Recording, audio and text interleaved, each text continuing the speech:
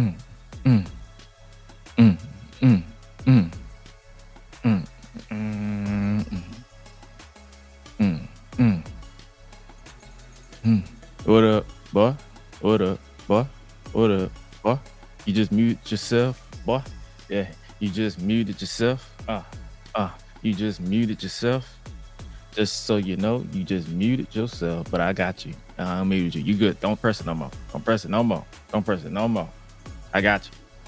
You're muted now. You're good. You're good. You're good. You're good. You're good. You're good. You're good. You're good. You're good. You're good. What up, though? What up, though? What up, though? What up, though? What up, though? What up, though? What up, though? What up, though? What up, though? What up, what up, man? Can you hear me?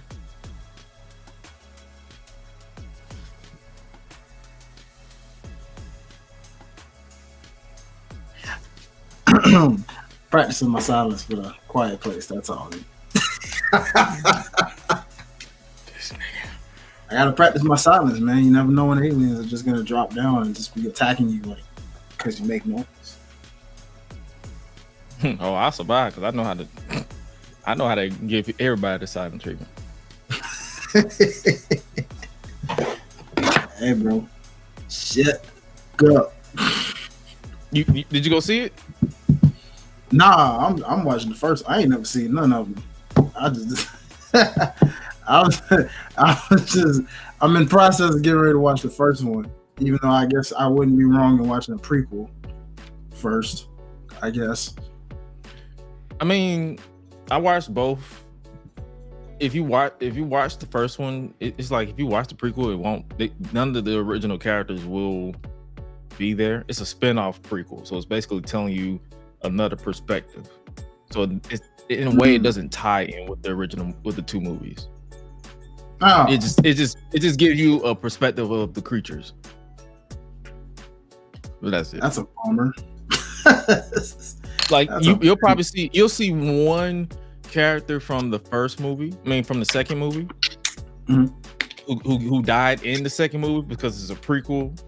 He didn't die, but you'll see him in the prequel. But other than that, spoiler alert for people who ain't seen the second one. But it's not a major spoiler, but it's like spoiler alert. You'll see him just so you know, like, hey, didn't he? Yeah, it's a prequel, so you're gonna see him during day one, but you won't see him after the second one. So okay, yeah, that makes sense.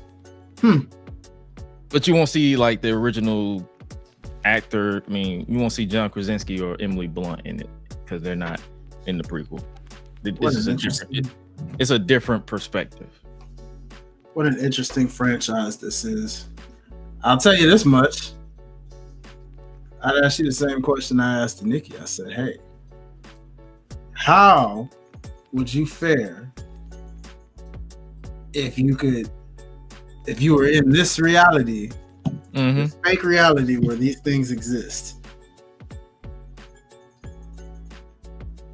I'm gonna be alive until the end of time because I'm literally gonna be chilling. All you need is headphones if you want to listen to music, and make sure they're not blasting. Just have them like a little low to where they're not too loud. Now, if you the type of gassy individual, they can only hear certain. Now, if you the gassy individual, then you kind of screwed. Okay. I say I go live out on a ship far, far in the ocean, straight Noah style. Oh yeah, you'll be fine because like another. It's something you don't see the second one because as the shows go on, you realize they can't swim. She told me. Yeah, she told me. Okay. There's two. Apparently, there's two. There's that and something about their heads. No, so basically, there's high level frequencies, and like those high, it starts shaking with their armor. It makes them glitch, and then they're vulnerable to get killed. Headshot. That's weird. So they're impenetrable until they hear a high level frequency or they try to swim, and then they're done. So they're symbiotes. What the fuck? That's a symbiote's weakness, bro. What the freak? They might as well. What's up with these aliens from not? Are they just trying to tell us that any aliens that exist from outer space can't take fire, high frequency, and any other elements of the earth? They can take fire, because it's a few times where they walk through fire without being touched, like they didn't die. It's just so it's like their weaknesses is like they have high level frequency, but at the same time, if you want to get around them, you have to be around loud waterfalls, loud water. So like if a sprinkler go off, you can walk freely. If your house flood and you're down in there where it's flooding, you can walk freely and talk freely. So it's like they have ways around, but I guess the interest about the movie is they don't know this, so they're learning as it goes. So that is interesting. Well, wow. luckily they won't. This ain't the type of stuff that'll go on like after the. I think they say after the third movie, that's it. Oh, so you know me, bro. I'm calling my old trusty friend. Hey, Godzilla, wake up, nigga. Seriously, I'm like, wake up. Let that thing come out and terrorize the hell out of them things. He's like quadruple their size. And don't he shoot out fire or something? Well, he's radioactive. Radioactive fire. So that's even worse. Well, it's because he's radioactive. That's what I'm saying. He's a radioactive being, so it only makes him stronger. Kind of like the Hulk. You know, it's like, yeah. And King Kong, because King Kong has a whole island with things like that, 10 twice their size.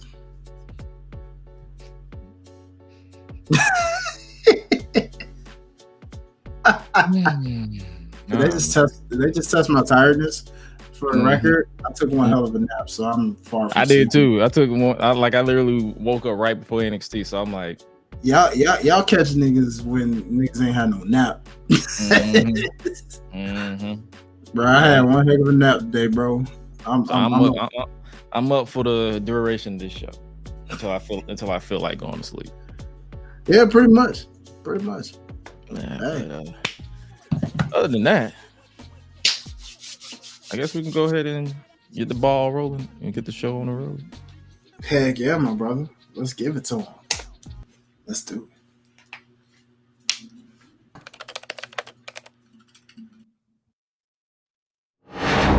Oh, yeah. Ladies and gentlemen, stand to your feet and make noise for GRESH Unleashed! Let's go! When the club go around here, I'm the cactus. Bang, bang, gang, I don't owe you jack. When I'm in the ring, it's just me and my best friends. OC cutting no slack. Hollywood Miz, you can put me on the A-list. GRESH Unleashed, better put it on your playlist. Me and my fam be ballin' like the Bruce. Fight night, baby, hard hitting like Sheamus. Family first, yes, bloodline business. Winning all the gold, look at how they witness. I was taught to be the greatest. 1,000 days I'm running, check out the book of Guinness. Coolin' with the baddies in the baddie section. Guarantee you they ain't jaded. Yellow, you baby face, I ain't feeling your gimmick. The fans think it's overrated. Brock Lesnar on the beast. Eat, sleep, flex, and repeat. Whole new swag with a price on the tag. Coming live from the west to the east. Better recognize on the mouthpiece. See the power level gotta increase. Bringing content on a daily. Feeling like GRESH Unleashed. Greetings and salutations, ladies and gentlemen, boys and girls, non-binary pals, baby mamas, baby daddies, and everybody in between. Welcome back to the GRESH Unleashed podcast. This is episode 77 of the show that brings you the good vibes to the best of our abilities. Joining you as always is the voice that does the most, the purveyor of mischief, Gresh. And joining me as always is my main man, my right-hand man, the voice of the Unleashed and the Prince of Botch himself, Mr. Highlight. Real, what's good with your brother? What's up, brother? Man, that was weird. What happened? I'm hearing you like extra loud, but I heard the music like right through the regular speakers. That was weird. Yeah, because I did, instead of me playing it through like a video share, I uploaded it to the actual software, so that's a restream thing. Sounds kind of different. So so I had to redirect because I was hearing it through my speakers too, so I had to redirect it to my board so it wouldn't bleed into my microphone. Makes sense. I was just like, So yeah, you're gonna hear it outside of it, but luckily I have you muted until I bring you in, so that way we won't get any feedback. Sounds like a solid to me, brother. What's good, everybody? What's going on? It's your boy Highlight Real, the Prince about himself, in the building with the homie Gresh. What it is. I hope everybody had a productive, swell, wonderful weekend. Lots of wrestling. Had a lot more wrestling coming up, actually. So it's just weekend, like literally go from Money in the Bank to NXT. Crazy. Luckily, WWE is not as long with these shows, so man. So we're kind of Gucci. Yeah. And for those of you who missed it this past weekend, including Forbidden Door, we actually did a long 5-hour stream for Forbidden Door, where we pretty much chatted. We chatted up with the Discord server. If you want to peep the Discord, you can scan this QR code on this weekend, or you can just click on that and it should join it. But you can watch with us every time we do it. That's where it'll redirect you to our Discord. But yeah, we was chopping it up, and it was a fun time. Like, I don't know what it was. It's just like I feel like that's a better experience than post shows. You know what I'm saying? Shows. It comes like, out more even with WWE stuff too. It's like it comes out more natural. Like we're in our element, we chilling, we vibing with people. If people got like comments they want to say after the show is over, they can. But as far as like, we just sitting there chopping it up, and then it's like our reactions are like, hey, this is what we see. So yeah, man. Nah, I was gonna agree and pretty much piggyback off what you just said, man. It's very organic, natural, chill. Yeah, because we're not as performative. Yeah. You know what I mean? We were just laid back, watching, you know what I'm saying? I had a little something to eat, just chilling, you know what I'm saying? Watch the show, chilling with the fellas. So hey, we definitely decided that'll be a regular thing, man. It's just something, especially with these double shows too. So it's like we're not like spamming y'all with like, okay, hey, we got a post show Saturday night, and we got a post show Sunday night. Like, no, we just gonna give our thoughts for like maybe 20-30 minutes after the show, and then see you on Tuesday. Legit. Literally, yeah. Keep it like that. But yeah, man. After we process pretty much, I guess we can start off like after processing everything with Forbidden Door. What's your thoughts on the show? Like anything stood out to you after you watched it? Because I knew you came in a little late. Yeah, man. I had a wild weekend before before the wrestling, really. But he was buck wild. Man, we were everywhere, dude. It was like, it's really another one this weekend, so it's gonna be a lot. So I might be a little late to the kickback, y'all, again, but it's a heavy weekend. But man, it was after processing it all. It stands that it was a solid show. Say what you will about AEW. I mean, say what you will about the booking. Say what you will about stories and what they throw to the wall to see what sticks. When it comes down to the match cards and what they do, even though they may put like 20 million matches on one card, 9 times out of 10, the majority of those matches are going to be solid. You know what I mean? Surprisingly, this weekend's like those matches that they actually put, it was maybe like 2 matches out of the 14 that I was like, I could have went without, like the Jericho, the Learning Tree stuff. I could always go without, even though when he wasn't in the match, you could tell everybody else was trying to produce some high quality stuff. But other than that, I'm like, I respect it, brother. I respect it.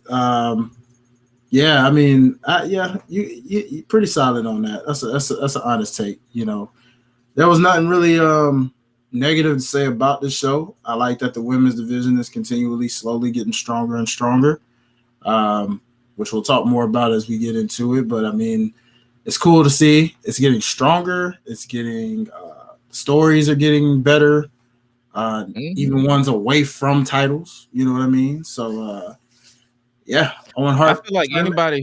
I don't mean to cut you off. I feel like anybody who is still nitpicking on the women's division don't really watch the show, because me and you watch the show. I watch it probably when you can watch it when you can, but I watch it like every Wednesday I'm there. It's definitely better than where it was 6 months ago. Oh, for sure. For sure. I want to revisit that Pillars conversation, to be honest, because I was listening to them talk about it on Busted Open when they were talking about Britt Baker, and they were just saying like how, you know, when it came to the Pillars and everybody was talking about the 4 pillars, Darby Allin and MJF, and, you know, purposely they forgot all about Sammy because they couldn't even remember who the other person was supposed to be. I was like, yeah, says a lot about that guy. But anyways, fact is, Britt Baker doesn't get mentioned in this enough as a pillar in her own right, because she was like the first woman, you know, and it was supposed to be built like around her, which it kind of was for a while. And then they started getting stronger with other talents. Now you see the Toni Storms, kind of like what we talked about a few weeks back when we were talking about like a woman's version of these pillars. You got Chris Stat, you got, Willow, and then it's a lot of things coming. And, we'll get into it more when we talk about that Mercedes matchup, but it's interesting. Honestly, I pretty much gave all my thoughts on after Forbidden Door after we did. That's the beauty behind those kickbacks. I can give my initial thoughts, but it's like nothing really pretty much changed after that. But as Ken said in there, he said, speaking of the women's division, did you get a chance to see Mercedes? Yeah, I did, and interesting how she's being received amongst the crowd. The Stephanie Vacour chick, man, she's gonna end up, if AEW don't snatch her up, somebody's gonna snatch her up pretty quickly, because her English ain't that bad. You know, she's got a little bit of an accent, but her English really isn't that bad. But her wrestling ability is crazy. And I see what you were talking about, because I didn't see the first match that they had together. When you bragged, it was like at 2 a.m. So of course you didn't see it. so it was the New Japan Resurgence, the show that Mercedes got injured. Well, it's not that it was at 2 a.m. I mean, I could watch something at 2 a.m. for sure. My problem is I just don't watch New Japan at all. Like I catch, I think it's Vice or one of those networks they. Didn't they move to Access TV, or did they get off that? Yeah, I think it was Access. Yeah, Access TV, because that's right. They would have like Impact or TNA and New Japan. But the thing about those is those are kind of like not recent. They're like old, and I'm like, oh, these are old. So trying to watch current New Japan is like, yeah, they got a long library, and I'm like, man, I don't know. I try when it comes to New Japan. I try. I'm better off catching it on a YouTube clip or something or something like that. But I'm gonna try. I'm gonna try. Like we said, it's a lot of wrestling out there. So a lot of times with New Japan, it's very tough to be like, okay, let me see if I can dedicate myself to watching this regularly. But yeah, man, that match was solid, and it's up there. I would say it's probably like top 5 as far as those matches of that night, for sure. And interesting how they got Mercedes all booed like that. And then I was laughing at Dave LaGreca trying to say he was all pissed off at commentary, talking about they tried to blame that on the Boston, New York rivalry. And he's like, it's Long Island. They're Mets fans. They were cheering her at first. And then they booed her because old dude stood up and was like, because he had a Celtics jersey on, and they was booing him. So yes, it has everything to do with the Mets versus Boston. Like, what the bro? Everything, like, I respect Dave LaGreca and Busted Open, but sometimes he tries too hard to deflate something that is not that complicated. It's like, brother, it's okay. Yeah, he about blew a gasket on that. I ain't gonna hold you. I was sitting there like, bro, chill out. You this pissed off that that commentary was trying to blame this on a sports rivalry between two cities, and you talking about it's Long Island, it's not Brooklyn. I'm just like, bro, chill out. It's still New York. They have Mets fans in Long Island. I promise. And newsflash, a lot of people that was there isn't from Long Island. They was coming from everywhere, from Brooklyn Right. to what's the other Staten Island, Staten Queens. Island. Like that's what I'm saying. Yeah. I know, bro. I know. It was hilarious, honestly. But I mean, I laugh at that type of stuff. I laugh because I'm like, God, please don't ever let me be like that. Nah, I know what you mean. I know what you mean. Please don't ever let me be like that because it's not that deep. It's not. And to I'm blow like, a gasket. I don't know if it's for entertainment. I don't know. I don't know the guy. I never had a conversation with him. We know for one it's gimmick, so I wouldn't be surprised on this end if it's the same way. Okay, because I'm like, I see the thing about the difference between us over here and them. We don't do gimmicks here. We just chilling. We just vibe. That's literally it. So it's like, bruh. But nah, man, it definitely was a success. Because soon I peeped it. Because soon as old dude stood up and started turning around with the Celtics, because he was the only Celtics fan in there. He thought, and everybody got just said, "They're like fuck you." I was like, oh. And see, that's funny because some fans gave a perspective that were there said that they really did not like Mercedes. So maybe they just didn't notice that Celtics fan. Mixture of both. That's what I'm thinking. It was on the hard cam. The crowd was chanting at him wearing that shirt. Mm-hmm. But then everybody else, you like, I can believe, because I ain't gonna lie to you. I like Mercedes. You like Mercedes. A lot of people like Mercedes. Everybody's not a fan. And well, the way they wanted to break it down, some of they felt like it was mainly that she's just not one of them. She's not an AEW. Isn't that? I feel like that's the role she's playing too. When you think about it, because she did not change anything up. She's literally the exact same. Mm-hmm. She reads and bleeds WWE. Like you could look at her like WWE. That's Sasha Banks. Yeah, everybody hates WWE in that crowd. So I don't know. It's like she's not going to change what works for her. That's her moneymaker. Mm-hmm. Yeah, and that's why I'm thinking, Bubba, whatever. Ray was Alex Jones. No, I'm just he was him and Mark Henry. Well, Mark Henry was giving him praise and saying you in your bag because he was just pitching like scenarios of where they should go with this Britt Mercedes situation, like what Britt should specifically say to her, how Mercedes should act, different things like that. And it was pretty cool how he pitched it. But long story short, it sounds like he said they can do this the right way with what they tried to do with Saraya, with the whole WWE anti-AEW, the outsiders versus these like we are AEW and we've been here the whole time. People. The thing that went wrong with Saraya is the fact that that is who she's tied with personally. The reason why a lot of people just didn't gel with her on the real, like. Because I pay attention, I don't personally don't care because I don't know her, and I will never have a conversation with her, and I don't differentiate her with anybody else. But from what I look at and I perceive, people just despise Saraya, so their storyline was just not going to work. To the point where you know how you're trying to play a good heel, she's not playing a good heel. They just don't like her.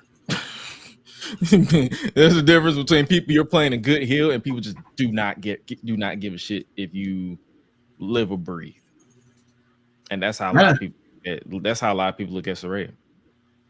That's a doggone shame there, man. Yeah. Wow. I like old Saraya, man. I don't know, but I don't I'm indifferent. I'm indifferent because I'm indifferent. She hasn't changed her gimmick in over 15 years. I'm assuming you're talking about Mercedes. I'm assuming. I think it could be either or, honestly, because they really both have kind of the same. Yeah, because Saraya never exactly changed her gimmick coming over there either. So she just changed her name. Yeah, pretty much. She just went from Paige to her real name, much like Mercedes. Because I ain't gonna lie to you, I popped when Saraya showed up because it was a cool moment. It was. But the follow-up, I'm like, cool, okay. Because you already know me. I go from, oh, this is great to cool to Yeah. What's next? See, that was Bully's thing on Mercedes, you know, basically saying, hey, the honeymoon phase of her is over at this point. Yeah. So, and I'm pretty sure, and I said this before, and I said it again, I'm pretty sure the weeks and weeks of just her cutting promos didn't help. Got that right. It probably didn't. It did not, especially that's when you know that's what we didn't know her for. But that's, hey man, you know. And it's like I understand she was hesitant with her injury. Like it's one thing to be healed physically, but that mental, you gotta make sure you all there in the head. But at the same time, they could have. It's like they could have probably showed her less, or made the promos feel different because it's just like, oh, she got a promo, okay. Anyway, that's literally it was like so anyway, and it got at that point, and I hate to say it like that, but that's just how I felt, and it is what it is. But now she's a double champion. Mercedes Moné is a double champion, and now we're doing Dr. Britt Baker DMD. You heard what Busted Open said. I didn't. I don't listen to everybody's content. If it ain't my content or my friend's content, I don't really care. But what do you think they go with Britt Baker versus Mercedes? Because that's a money match to me. I know people are indifferent about Britt. And I know she was injured with a bad back, but if she's out here, if she's 100% and she's actually there, which version of Britt Baker do you think we're gonna get? Well, based off what I heard about Britt, because I don't follow Britt that often, but from what I understand, hence why she looks the way she looks, she did a lot of DDP yoga, and as we know, that system works incredibly to anybody that is physically not in their best. Whatever the heck kind of yoga DDP. I mean, I've done it a few times. It too. It actually is pretty cool. Yeah, his yoga system is pretty cool. It does help your body a lot. So from what I understand, she's done a lot of that heavily. So whatever back problems, heavy lifting like I am. So it's good. It's good with the stretches. And so it's like whatever. I mean, for the most part, whatever back problems she did have, I'm pretty sure a lot of that got solved with that DDP yoga to where she is A-okay to go, and she may even move more better than she did prior to the back injury. Who knows? You know what I mean? As far as the feud itself, I reserve my judgment as to how it is in the ring, but from a promo standpoint, shit. Well, then again, that should be fire on one half because I forget Mercedes strong point ain't on that mic. So then again, maybe this balances it out. Maybe it just balances out. Yeah, maybe. I'm not finna act like Britt is peaches and cream on the mic either. Like sometimes her promos hit, sometimes they miss. Like that's just a little thing. And speaking of promos, Wednesday, we're gonna hear from Mercedes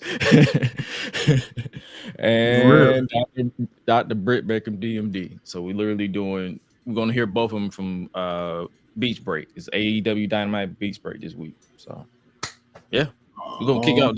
They're not even wasting any time. That's your next feud. Because what's next? All In? I believe so. Because I know isn't Blood and Guts like a Dynamite thing? If you want to count that, I'm just like whatever you got to pay $50 for. Nah, because I don't think they've never done Blood and Guts the pay-per-view. It's always been the Dynamite thing, huh? That I know of, yeah. So yeah, I think they're doing Blood and Guts first, and then they're doing All In. So, yeesh. Yeah. Well, so hey, yeah, it's gonna be a bunch of promos. You'll probably have the odd off Britt Baker match to kind of shake the ring rust because she hasn't been in a match since she went down with injury. Because when Jamie got hurt, they pulled Britt off. Almost me. So they both been gone. Britt has literally been gone over a year, huh? So yeah. Wonder which one of the well, yeah, that'll be interesting to see. Ken said Mercedes and Britt fighting for who gets to undisputedly have creative control. What is that rumor? Well, Mercedes has creative control? I don't know about creative control per se, but I mean, then again, with a contract like hers, who knows? I'm about to say, don't everybody have input? Because wasn't Tony at one point saying like he hears from everybody? So isn't that what that is? Or am I missing something? My brother, at this point, there is no telling. Then again, it is online discourse, so I take everything they say with a grain of salt. So yeah, unless I hear from the proverbial mouth of Mercedes or Tony themselves, I'd be like, okay. Yeah. But yeah, but as far as I'm concerned with the Britt and Mercedes, it's like I feel like this will be literally the because Tony is building Mercedes as the next face, the current face of the women's division, be it the TBS title, but the women's division.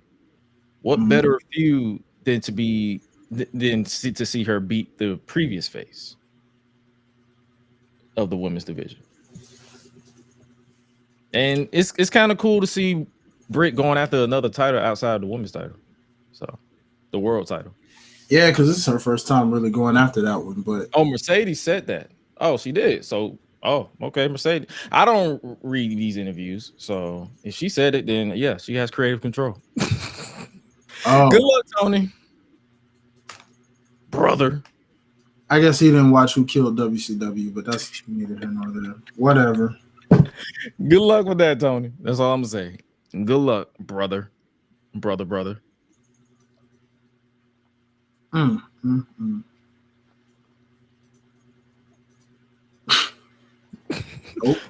What you gonna do? Nope. What you gonna do? Nope. Not touching it. Nope. That's all I can. I'm not touching it. Nope. I'm gonna leave that alone. Have fun.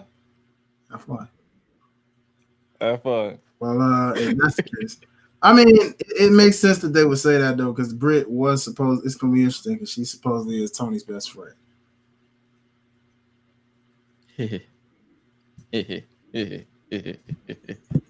So when the best friend meets the person with creative control, Thunder Rosa, you know.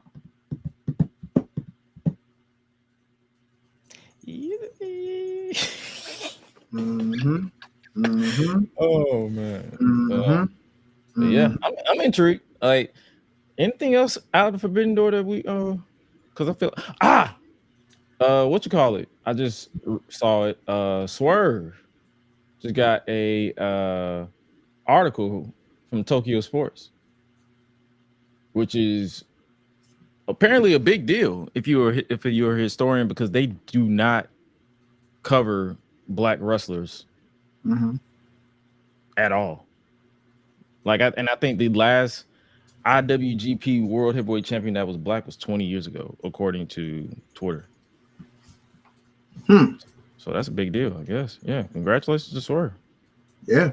Well, also while we're on the subject of Swerve, to those who didn't already know, also Fightful Select made it known that apparently the main event came about because Will Ospreay wanted to eliminate the talking point of Swerve being a placeholder for him until All In.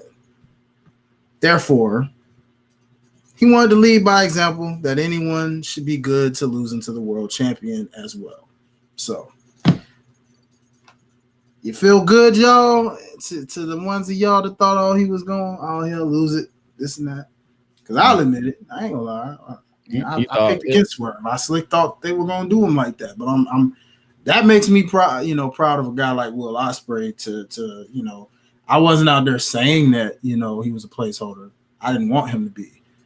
But I did have a feeling with the way they kept hinting him and MJF and things like that. Something was telling me like this don't look good for Swerve, because Samoa Joe looked like he didn't necessarily need to lose it to Swerve, but at the same time, it was kind of Swerve's time.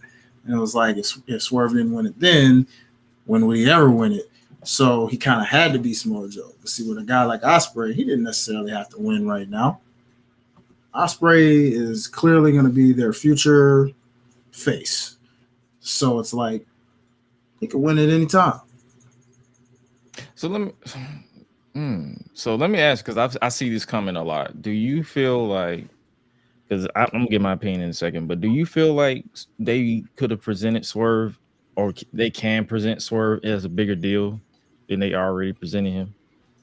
Yes, I do, and I think if you didn't already, you started right now, because you're the one behind 18-1.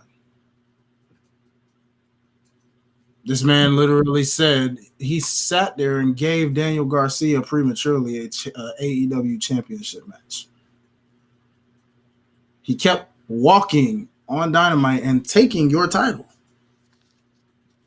You beat that man. And at this point, because you definitively won your championship, on your resume is, I have beaten Samoa Joe. I have beaten Will Ospreay. And I'm pretty sure whoever he faces at All In, he'll probably beat them too. I.e. Bryan Danielson, i.e. Jon Moxley, i.e. well, it probably won't be Moxley right now because of the fact that it's going to be the winner of this tournament. So therefore, whoever you want to insert as your tournament winner. Bryan Danielson. They ain't going to get my hopes up. I mean, it's just whoever. I just threw his name there because, I mean, he ain't going to get my hopes up. No. He's not going to get my hopes up. No. On paper, that's a solid match. Mm-hmm. But he's still going to lose. I mean, because Jeff Jarrett would be a sweet story, but he's not someone you want to just see go to All In for a championship match. Plus, he's going after the wild card. He's going after the wild card. It's going to be Jeff Jarrett versus the wild card in the tournament. I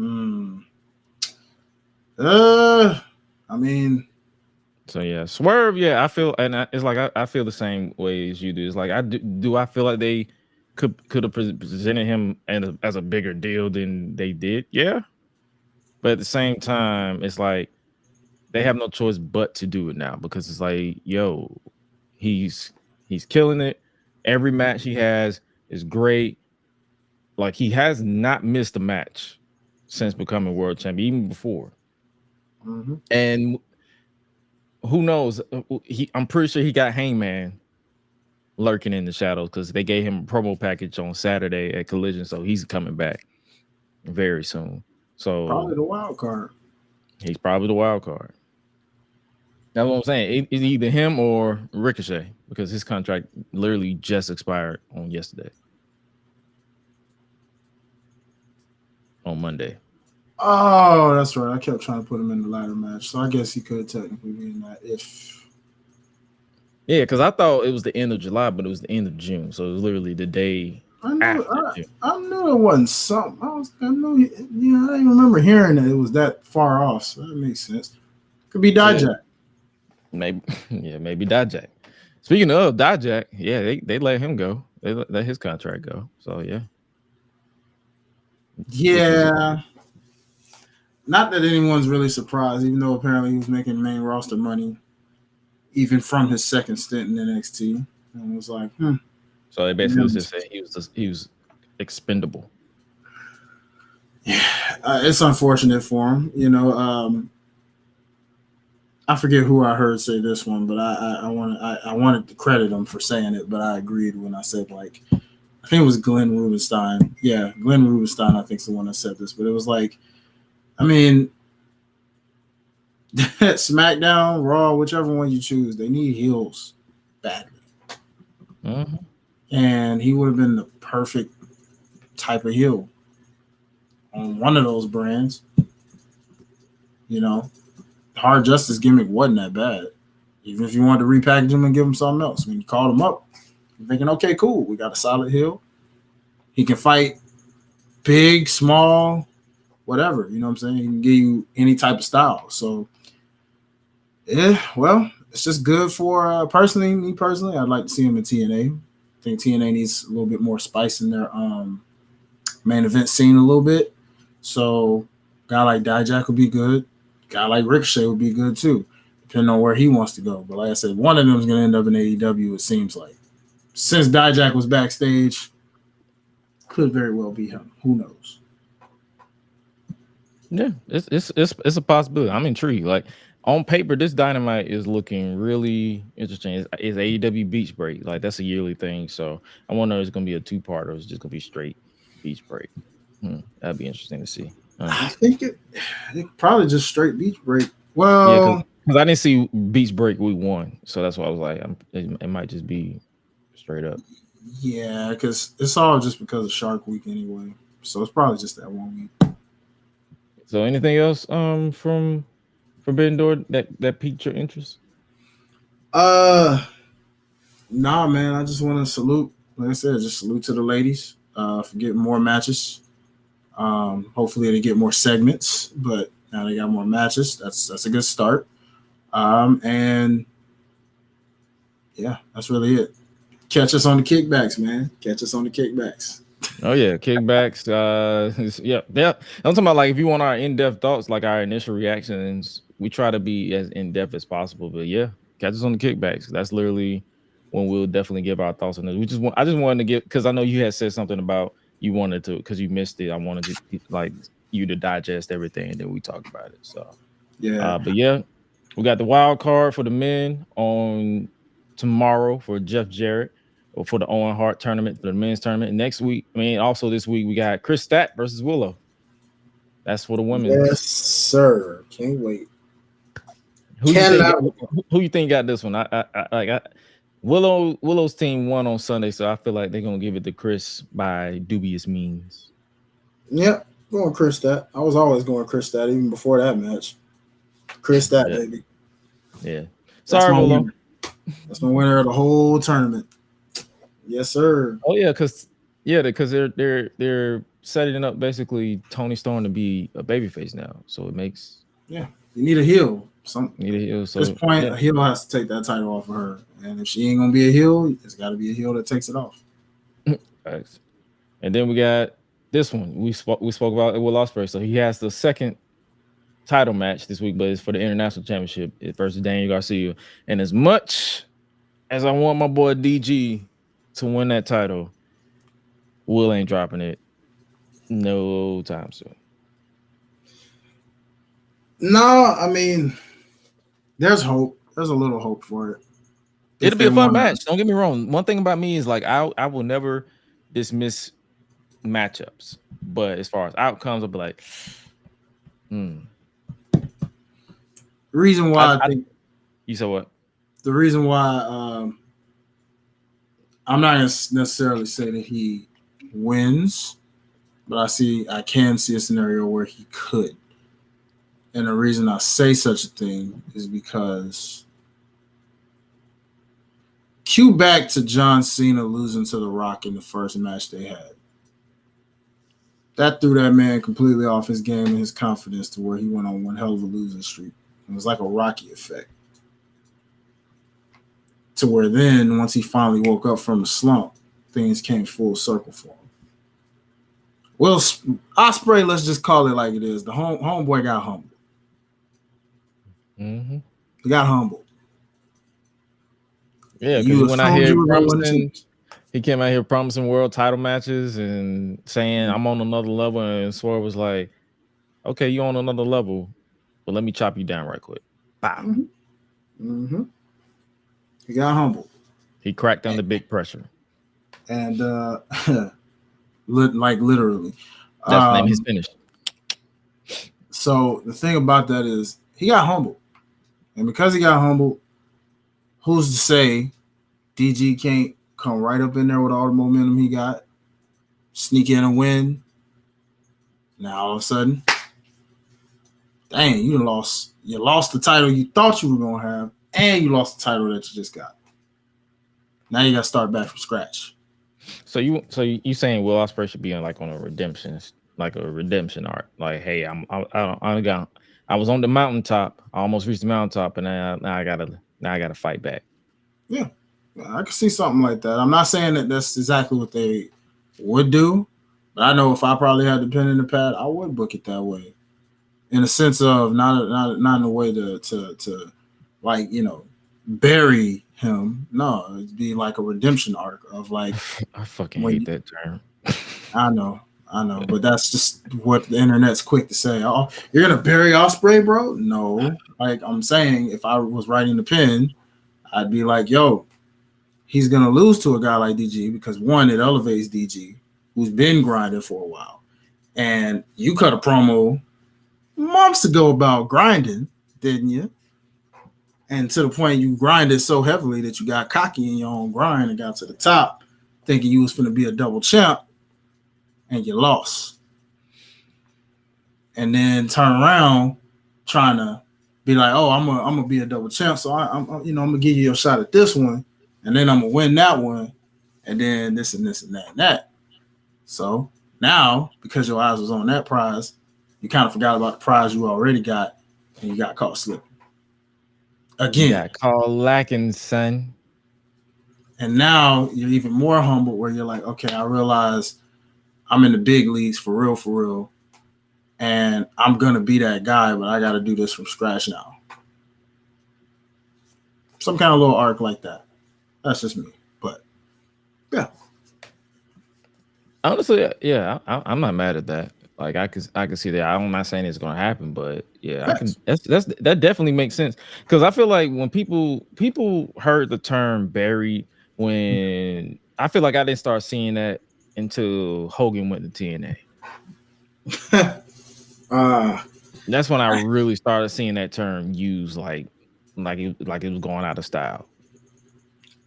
Now that's an example of buried. I ain't even gonna hold you. But that's because right when I was watching TNA when Hogan went around, that's when I was online more. Like I was watching everything, but I wasn't as online until TNA 2010 happened.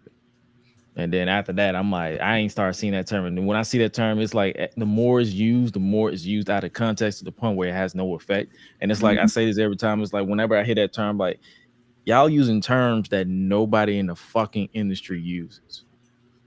Mm-hmm. And then wonder why you're laughed at every single day. Crazy, bro. It's crazy. But because it's like buried. It's like you're acting like when it's wrestling, like say Will Ospreay, say this does happen, and I'm not saying it is. Say that scenario happens where Will Ospreay loses the international title to Daniel Garcia. Mm-hmm. It's wrestling. You can script people to care about him again. And if the talent is talented enough to keep people caring, then they're fine. Mm-hmm. It's not a lose-lose situation.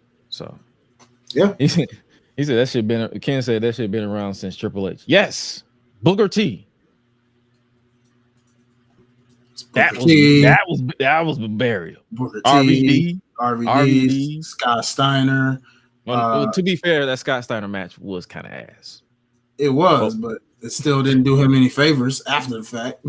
Well, and and honestly, I feel like the Scott Steiner situation was more so of a miscasting. Scott shouldn't have never been a face as Big Papa Pump. Again, that's their fault for putting him on freaking Raw in the first place. They should have put him on SmackDown. I was like, y'all idiots. Should have brought him over to SmackDown then and let him just be a heel on SmackDown. That's what I'm saying. I'm like, because when you look at especially if you watch WCW and the character that he portrayed, it was never bound to work as a babyface. Mm-hmm. But yeah, the burial with Triple H, yeah, that type of the Reign of Terror and Jeff Jarrett in early TNA. Oh, those two are actual, like, yeah, you can use those terms. Monty Brown, ring a bell. John Cena killed an entire faction in 2010. The Nexus was supposed to be something. God, I just got PTSD. So now people need to understand why. It's like the reason why most of us there's one or two type of wrestling fans. There's those of us who literally don't let it get to us anymore, and there's those of us who literally just yell into a camera about stuff that we can't control. We here are the former in this scenario because we've seen so much BS to where it's like, oh my God, how did we survive this? John Cena in 2010, TNA in general 2010. If it wasn't for the Motor City Machine Guns and Beer Money, I would have probably checked out. And Jeff Hardy turning heel in 2010, it was good until it wasn't. Who else? What else? Literally all the guest host era of 2009. The Reign of Terror in 2000 from 2002 into 2005. Shit, what else? The Big Dog era. The Big Dog.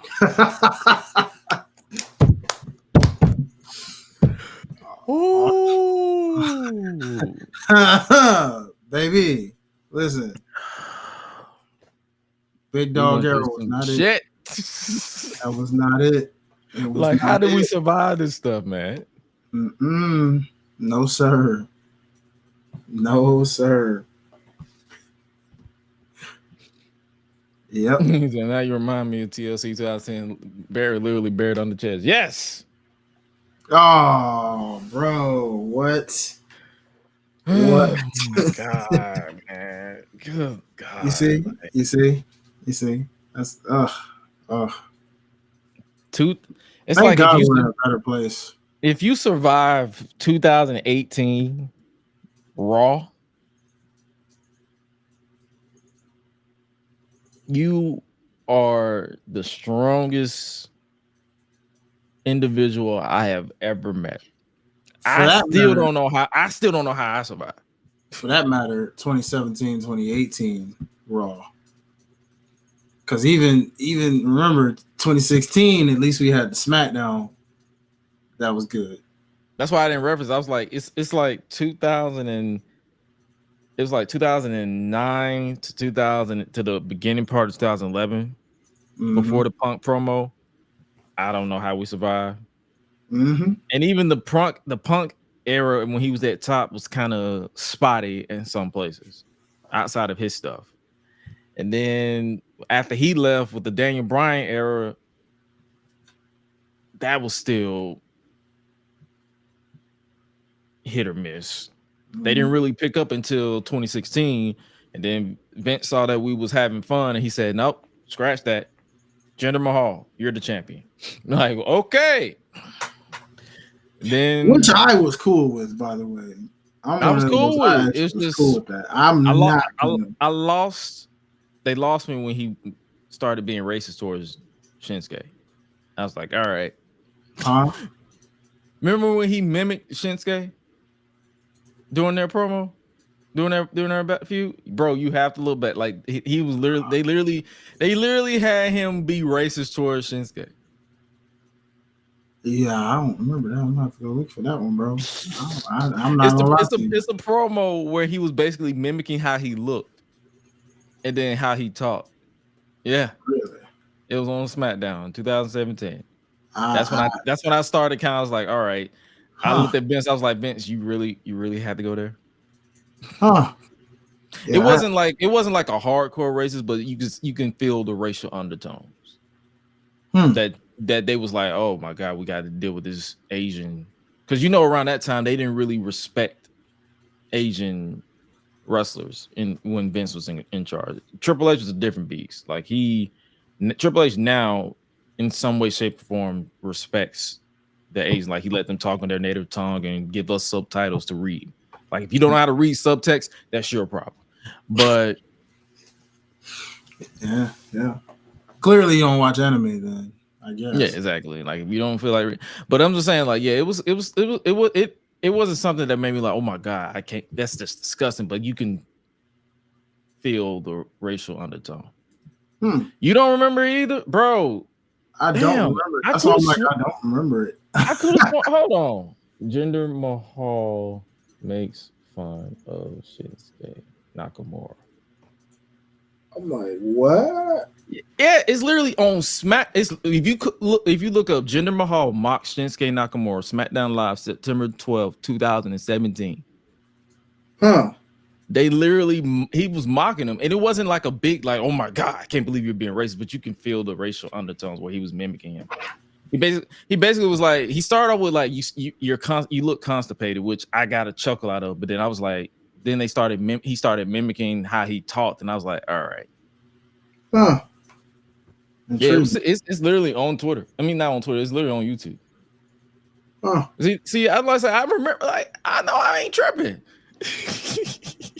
And the fun fact, Ken, I'm sober this episode, so I'm not high because I was high earlier, but I took a nap, and the high is worn off.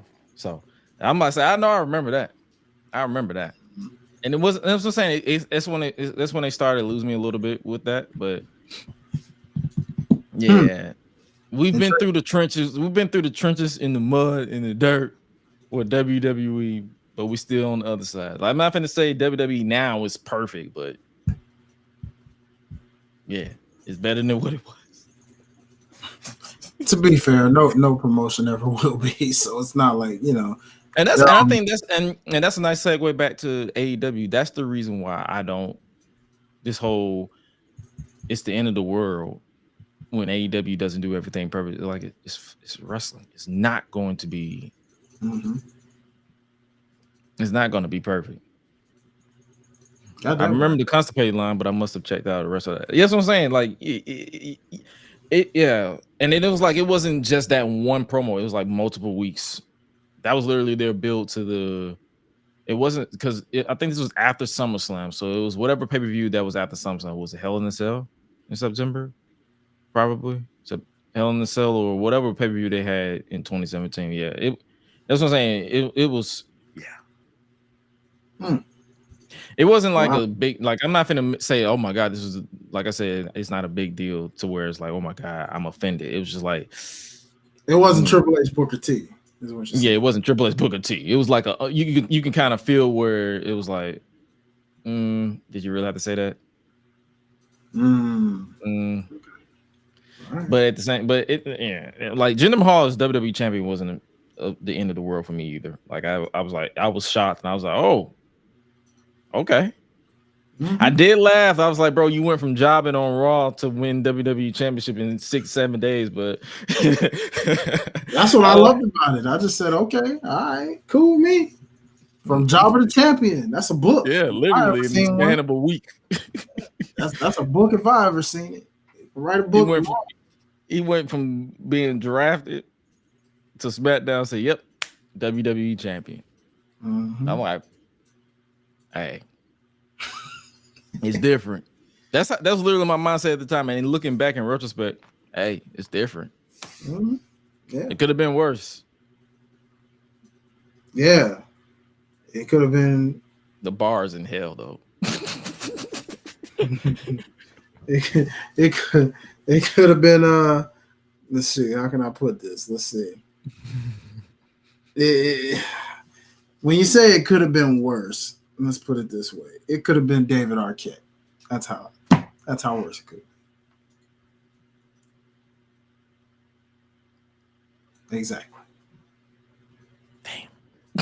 Mm-hmm. Exactly. So remember that to any of you Jinder Mahal haters out there. Just saying. Could have been David Arquette.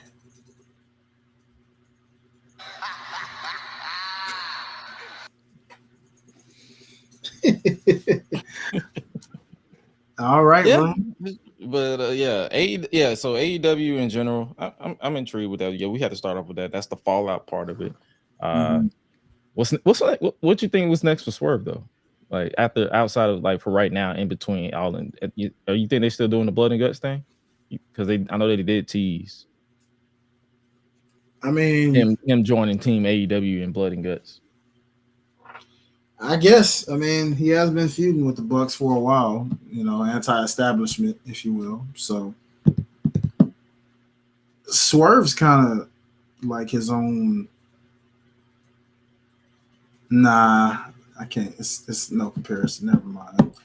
What you about to say? I was almost gonna say he's like his own Stone Cold Steve Austin type, but that's a little much.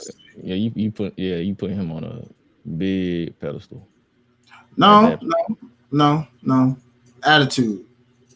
Oh, the attitude. Attitude. Not personality, attitude. How he switched up on Will Ospreay, like, you lucky you my friend. I'm gonna let that slide. Next time. If there's anybody else, your ass would be in the dirt. And the fact that he's basically, when you look at how he was as a heel, that has not changed with him being a babyface. So therefore, that's what I meant when I was gonna say the Stone Cold thing. Even though it's two different characters, attitude kind of makes it worse. Like, then Stone Cold slightly changed his character too when he turned heel. He got beat up more. Yeah, like heels do. That's really all that changed. But even when he got beat up more, he still beat up twice as more. So that's really what it was. You know what I mean? Like, that's why I'm just like, if he does decide to be Team AEW, he'd be the kind of person that's like, I'm the champion of AEW, but I'm only going to do this because because it's out of control. You can't get the job done. Yeah. Because keep in mind, Team AEW did not win Anarchy in the Arena. So they were like, he's like, you can't get the job done, so I'm going to do it for you. Which I respect that, because he is a killer. He is a killer. All right. Speaking of killers, Solo Sikoa and the Bloodline. Solo Sikoa and the Bloodline out here killing Paul Heyman on SmackDown. I.e. the modern day Jey Uso. Mm-hmm. Because that brother was so stressed. That brother, that man was crying. Man, he ain't shaved. His hair was going gray again. Like, that brother, he was depressed. And you mean to tell me in storyline, Paul, you don't have insurance on that phone that Solo broke? You can't call Roman yourself while you at the hotel? Does he have you? Did he have you tied up to where you just could not make any type of phone call at all? And I'm glad you said that. Speaking of phones, let's just because that ties into another person that's been kind of away for a while. And while we're talking about phones here, let me get this straight. So you got one guy that's claiming every time Damian asked this man, have you talked to Rhea? Yeah, I talked to her. Yeah, she's good. She's good. No, I talked to her. She's good. And he's like, well, that's funny because I talked to Rhea and she's pissed. Oh, I'm going to take care of this. Meanwhile, on the Bloodline side, I talked to Roman Reigns. And the whole time I haven't talked to Roman Reigns this entire time. I declared Roman said he's not going to be in the draft. I lied because I haven't talked to Roman since WrestleMania. Meanwhile, like you just said, I talked to Roman Reigns and he's not coming back. He says, I'm the tribal chief. I'm the head of the table. What's up with this phone thing? Can we get some proof? Can we get a voice over the phone or something, people? Can we get somebody on speakerphone? You mean to tell me you ain't got no impersonators out there? People who can sound like Roman, sound like Rhea, so we can actually hear this stuff? Because, like I said, at this point, I'm just this is he say, she say. Like, it's like, yeah, what's the truth? Yeah, and we won't know until these two show up. So I can't wait. Is Solo a false tribal chief? Is Solo a false prophet of the bloodline? Have they both been flogging? Is Paul really, just like, I mean, he's kicked out now. It doesn't even really matter. He's dead. That brother got sent to the shadow room to the point where the Pornhub done acknowledged him. Lord Jesus, I just need to know these things, people. Y'all tell us, let us know, because I really want to know, like, what's up with these cell phones? Okay, yeah, AI voice. Something. I need a lot. Like, see, it's like I could suspend my disbelief because these are a multitude of badass Samoans and Tongans. But when I reel my brain in, it's like, Paul, they still have payphones in certain cities. You can call somebody.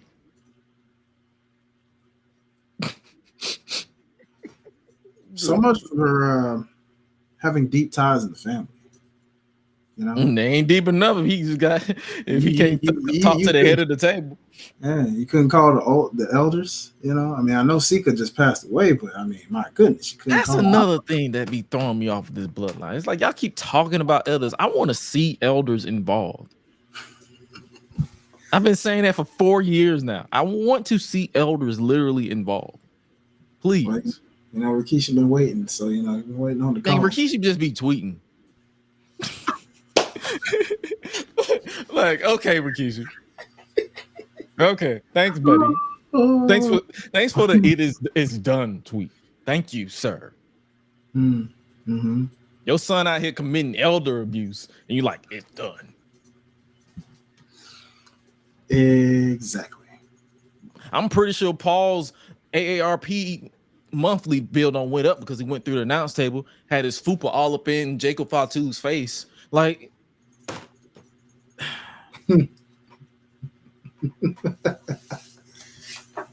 yep. Like, prime example, Noam Dar. He's injured. He still be FaceTiming Metaphor on NXT. So that's not an excuse. Roman doesn't watch the show. Let me say, Roman doesn't watch the show because ain't no way you love Paul the way you say you love Paul, and you let this man get emotionally and now physically abused by your little cousin, your little cousins, and your extended family. And clearly, Paul don't know how to FaceTime. It's like, hello, FaceTime the tribal chief. Physically, hell, FaceTime Jey Uso or something. At least help me. Like, all you gotta do is FaceTime the man and be like, yeah, bro. All you gotta do is just say, help me. Oos, help me. Like, I mean, hello, Sammy, Jay, Jimmy, wherever the heck he is, something. Jeez Louise. Oh my goodness. Oh man, the logic behind that. But yeah, man, Paul is out. So what do you think they're gonna go with this bloodline now that Paul is out? Like, do you think they still go on the same route that I've been saying, or you feel like they finna just, because this version of Solo was this mob boss? I think I saw you tweet it. You probably did tweet it. You're like, this mob boss version of Solo Sikoa works. That can go up against the WWE champion, because they're obviously building to Cody versus Solo at SummerSlam, which I hate.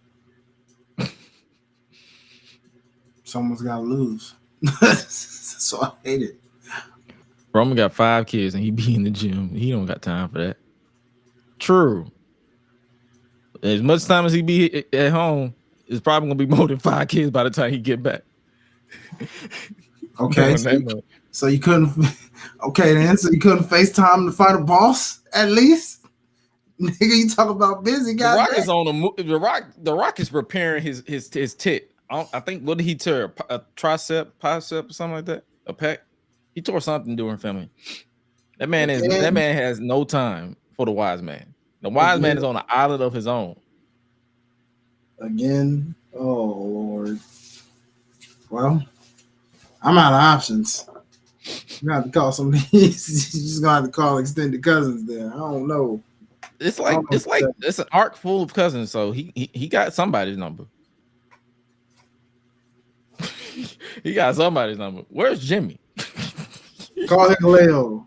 This is something. Or Talatunga. Call Talatunga is what they might call him. Call Lance out of Hawaii.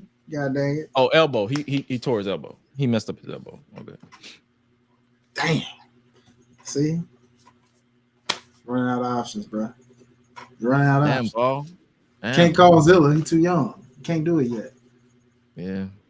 Even though he is icy, but it's like still let him cook a little bit. Damn, Paul. Tough break, nigga. My boy left him out for dead. God dang. Left him out for dead in his hometown. Son of a gun. But he did get a pop when he said, I acknowledge that you are not my tribal chief. Solo don't like that. It's called Haku. Oh, there you go. There's somebody he don't want to mess with. God dang it. Nah, he might acknowledge Solo too. Fucking around with Haku. Because his son is right there. He's like, I ain't gonna go against my son. I acknowledge you too, Solo Sikoa. Or Caesar Sikoa. Oh my goodness. Well, and The Rock barely talks to his own daughter. What makes you think he gonna call Paul? True. Because Ava went from a cult to the GM, so it makes sense. fair point. Well, call Nia. God dang it, she'll force her own right. She went now Solo too. You think so? She's the queen. Would a queen really acknowledge a tribal chief? Yes. She's like, we will rule together as kin. The mono runs strong. All right. Our bloodline.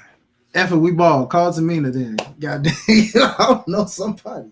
I acknowledge you too, Solo. Chee-hoo!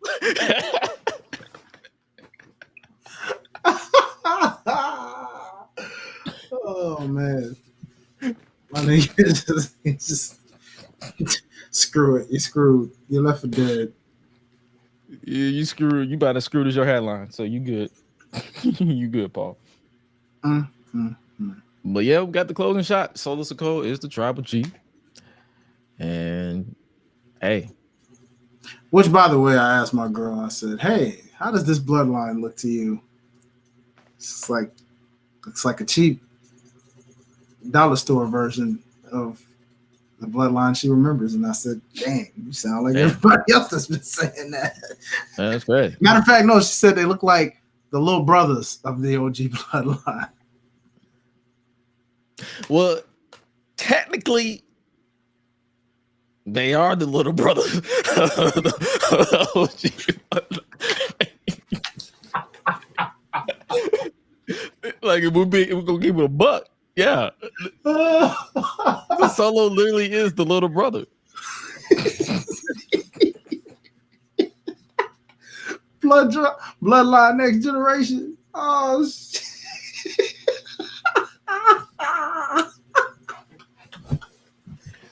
They are the Justice League new generation. No, these niggas is not the Justice League. They Young Justice, god dang it. Young Justice. They the Young Avengers. Oh no, Jesus.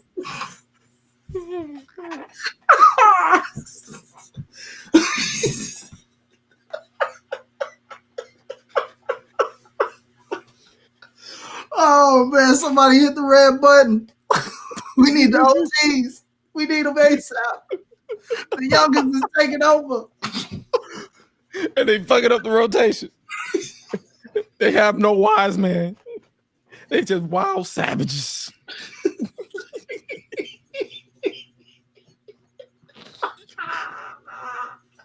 Oh, man. Oh, damn. Oh, boy.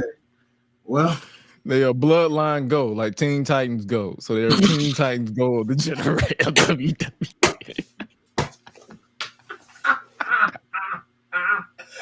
Oh, bro.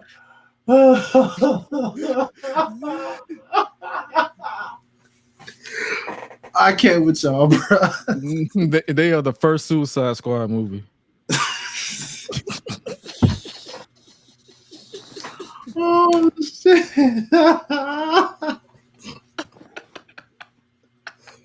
Oh Oh my god. Oh no. Oh man, they are the bootleg Z fighters. Oh no. Goku, we need you. They are the Alliance. Oh.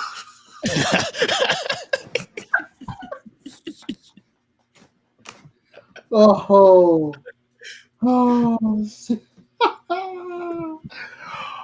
Oh no, bro.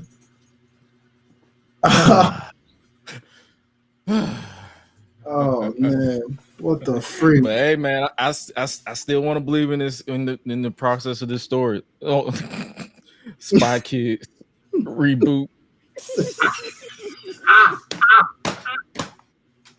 They are We Are Heroes of they are the We Are Heroes of Netflix.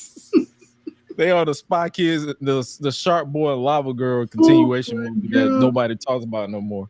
Oh my god, bro. What the freak? Oh my god. I am so done. I'm so done. They are the Pretty Little Liars reboot. They are what other reboot we got? They are every reboot that has been released in live action form, including Lion King.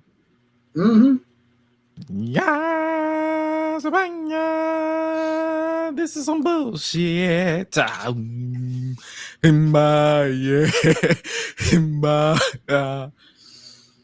Oh yeah, this ain't it, bro.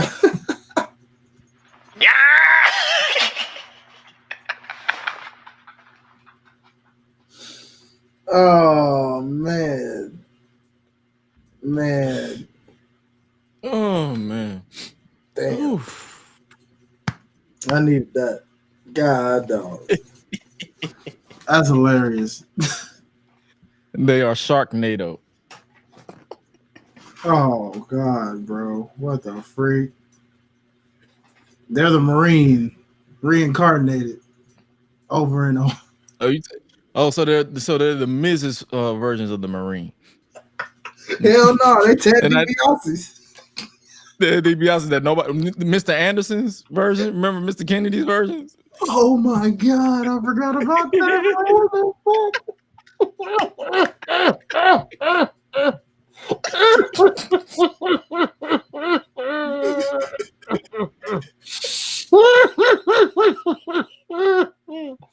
Oh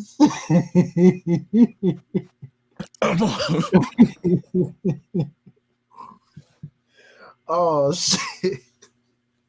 Oh gee. Oh gee. Oh man. What the fuck? Oh man. Nina's crew is Batman and Robin. We don't know Schwarzenegger.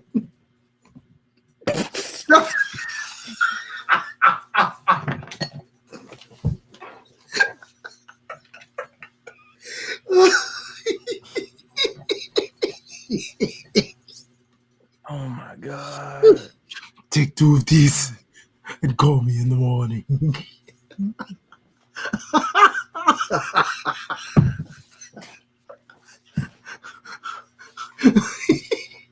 Somebody call the weatherman. Free in the out.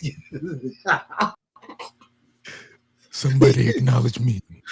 Acknowledge me. You will acknowledge me. The new bloodline. Solo.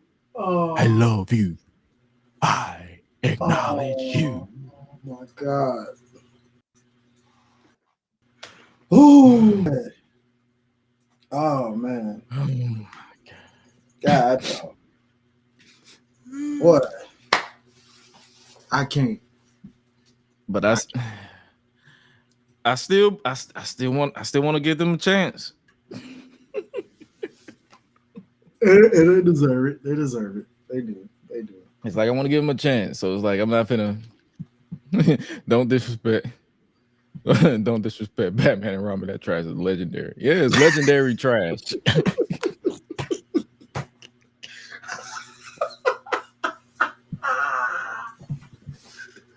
Oh man, take control of the show, Chris. Oh, Hey man, soon it's like I guess it's like that's what our thoughts on the bloodline.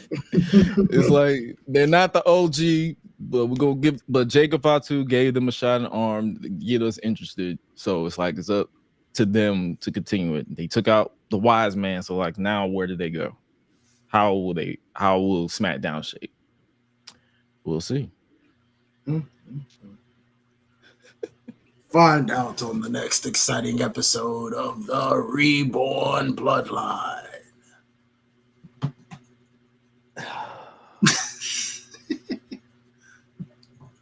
Ladies and gentlemen, this is the Dragon Ball GT of the Bloodline.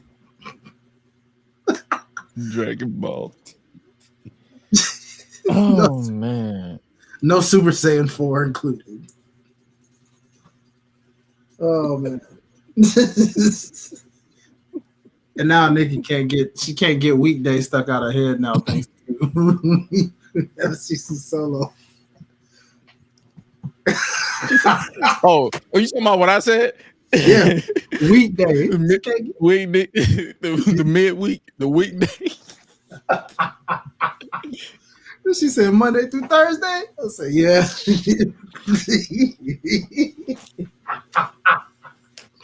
The opening day.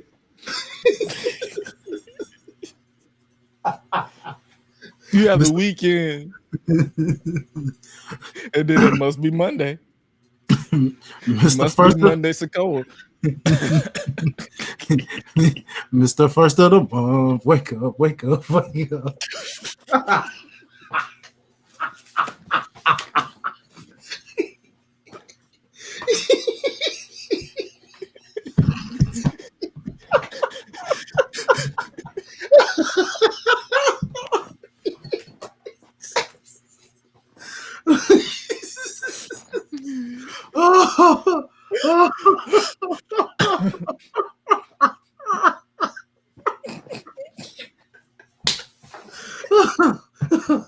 I need water. My throat laughing so goddamn hard. My throat is dry. How is that even possible to laugh so hard that you got to drink some more water? Oh man. Oh my god. Oh boy. Well, laughter really is good for the soul because that shit. Ooh, man. Boy. Man. I guess we're gonna switch over to Raw a little bit so we can give our thoughts on something that's non-Money in the Bank, and then we'll preview Money in the Bank, Heatwave, and then get the hell up out of here. Do it, brother. Oh man. Speaking of Raw, Uncle Howdy. Did you peep that this week? I did, brother. I did. He did his thing. Wow. It's like it's good theater, man. It's good theater. Great production. I like from a production point, like I love it's like they're flexing every access that they have production wise. Mm-hmm. Chad Gable, they're hunting Chad Gable, and it's like I love what they explained. I love the split personality between Uncle Howdy and Bo Dallas. They're going to split personality route where they basically like Uncle Howdy is Bo Dallas's deepest impulses that he's taking over. And I love what they explained. They basically said, yo, they wanted to forget about us. We're a family. And what disgusts me is people who turn their back on their family. So basically they're setting it up to like their initial target is anybody who turned their back on family. Chad Gable, he was disrespectful to Alpha Academy, who considered family. In some way, shape, or form, Jey Uso, even though he was abused, he still turned on Roman. Jimmy Uso. Who else? Who else am I thinking about? Solo Sikoa. So count your days. Tribal Chief. Ren the Chief. So yeah, the talent that you are, Taylor Rotunda, Bo Dallas, because every single word that he was acting his ass off. Mm-hmm. I believe every. You got any thoughts on this? It remains to be seen. You know what I mean? Is this your cup of tea, or you just want to just watch it before you judge it? Nah, I just want to see more before I can really give real thoughts on it. You know, okay. I mean, so what we'll do, we'll revisit this topic. Yeah, because Jay makes this very known. Yeah, I don't want no smoke. No smoke. Like, yo, Chad trying to throw it on him. He like, I told him he could have the fireflies back. I'll take the roaches. Mm-hmm. I don't want no smoke. And then when the lights went out, he dipped. Mm-hmm. He was the smartest baby face that night. He said, "Oh nah." My point is, "Oh hell no." He said, "Oh hell no." Nah. My boy said, "Y'all got it." He said, "Y'all got it." And that's a Samoan. That's a Samoan telling you that. A Samoan. Don't run from nobody. They don't run from nobody. What was it? Nah, y'all got it. I'm good. He's like, nah, I ain't doing it. Anything else from Raw you want to talk about? Zelina Vega. I'm so happy for Zelina. So happy for her. You know, I've been rocking with her since she was Rosita in TNA. So just to see her, I really hope she gets her time for real. Like her and Mia Yim are two people I will always say I will not be satisfied until they get a championship around them one day. I don't care what it is. I know Zelina's been a tag team champion. I know that. But I mean, like, you know, I would like to see her eventually get over that mountain. You know what I'm saying? Just, you know, because her fan base is legit. And I would love to see her get a World Heavyweight title, women's title, whichever one they want to award her with when the time is right. I would love to see it. Ultimate underdog. You know what I'm saying? She in a sense, is kind of like a female Rey Mysterio in a sense. Because despite her size, she can literally mix it up with anybody. You know, she's small, but the girl can literally go with anyone. You know what I mean? And make it work, and she can get a good match out of anybody. So, you know, but I, you know, kind of what we expected. You know, we know Liv ain't losing that title no time soon, not until a certain mommy returns. Now, my girl did find this story very, very interesting. I've been kind of catching her up on what's been going on here with this story. And you know what's funny? Yeah, crazy, right? Bars on that one, Tristan. But bro, what's crazy is she finds it interesting how, like, all of a sudden Liv is like twisting the role reversal where, you know, Rhea's kinkiness of being called mommy. And yeah, she's flipping the switch, flipping the script and being like, hey, Daddy Dom, you know, and switching and reversing the role. Like, I'm the one that wants to be dominated, you know, by you know, chasing him around, all that. Meanwhile, he's over there like, yeah, bruh, this ain't me. Like I said, Damian Priest to me is hilarious out of this entire situation. He's a pissed off Hispanic father.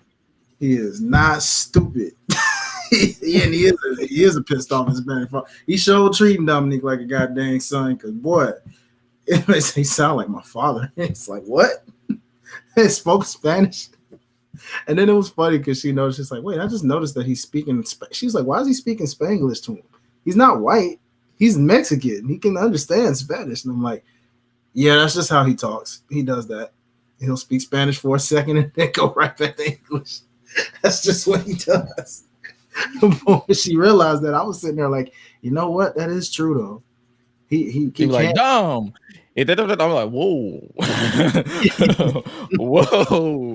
What? Yeah, man. It's just like it gives me, Lucy, you have some explaining to do. It's just giving me them Ricky Ricardo vibes right now. I don't know why. but it's just really giving me that right now. It's giving me that with Dom right now, and it's just like, bro, just fess up to the fact that you are a dead man. You are a whole dead man. And he's giving Nikki Parker and Professor Ogilvy. Oh my God, bro. You are not lying with that one. Nice callback. You are not lying there, bro. That is wild. That is wild, bro. His brother went back to the 2000s. I mean, Ken, if we really gonna say that, then it's really giving Hakeem and Kim vibes. Then, if that's the case, because she originated that, you know what I'm saying? Despite the fact, you know, at least Nikki Parker, you know, or we can even say Steve Urkel and Laura if we're gonna go there too. Because god dang, it's just like, bro, these hoes ain't Laurel. You know what I'm saying? So these hoes ain't real. I don't know. Damn, dumb. He calling you a hoe. Oh man. Hey, you know, serves him right. I don't think I forgot about what you said. That's all good. We're gonna cross them paths again. Yeah. You was hugged up on Rhea when we met. Mm-hmm. Yeah, you don't look so tough now, do you? Yeah. You see, I met the girl. It's funny. I met the girl you chasing. That's chasing you. I met her when she didn't have you. Now, when I meet you, you was hugged up on your mommy. But your mommy ain't there right now, and you got this thing chasing you. Now you look pathetic. Look at you. Look at you. You emotional. God dang it. It's all good though. We'll get him back. We'll get him back. But bro, nah, man. It would be Urkel and Laurel if Don flipped the script. True. Good point. Man, bro, I ain't gonna hold you. Let me see. What else stood out? Drew just continues to be a motherfucking menace. I don't know what y'all thinking about this AJ Lee thing, though. I seen y'all online continuing to just theorize. She said she's done. But for whatever reason, these ninjas online keep saying AJ Lee, she's gonna cost him the match and Money in the Bank. AJ Lee, people. Now, why they want so many people to interfere in this one match. It's crazy. They want the Wyatts to attack Jey Uso. They want the Bloodline to attack Jey Uso. They want AJ Lee to attack Jey Uso. I mean, to attack CM Punk. They want not CM Punk, Drew McIntyre. They want CM Punk to attack Drew McIntyre. Who else? I feel like they want somebody else to interfere. Oh, Logan Paul probably to attack LA Knight. Logan Paul to attack LA Knight. So I'm like, by that point, who does that leave that won't get attacked? Who does that leave? At this point, fuck it. Bring Moose to attack somebody and just to do the TNA crossover. Like what? Bro, it's wild. It's wild. It's just because people expect the interference aspect. It does happen quite often in Money in the Banks, usually. Usually, not all the time, but most of them, you've had some outside interference here and there. So it's gonna happen to one of these people, maybe two. But let's just leave it at that. We can't theorize that everybody's gonna get attacked. Okay, we just can't. According to them, they were like, "Yeah, that's exactly what's gonna happen. Everybody's gonna get attacked." Speaking of these theories and online, I'll briefly touch on this too, because I saw your post and I've seen everybody else's outrage. Dakota Kai, let's hear. At this point, management, stop. First off, let's not blame Triple H right now. Stop the Triple H hate, okay? Stop saying F you Triple H because of the fact that he just chose to go with Zoe Stark for right now.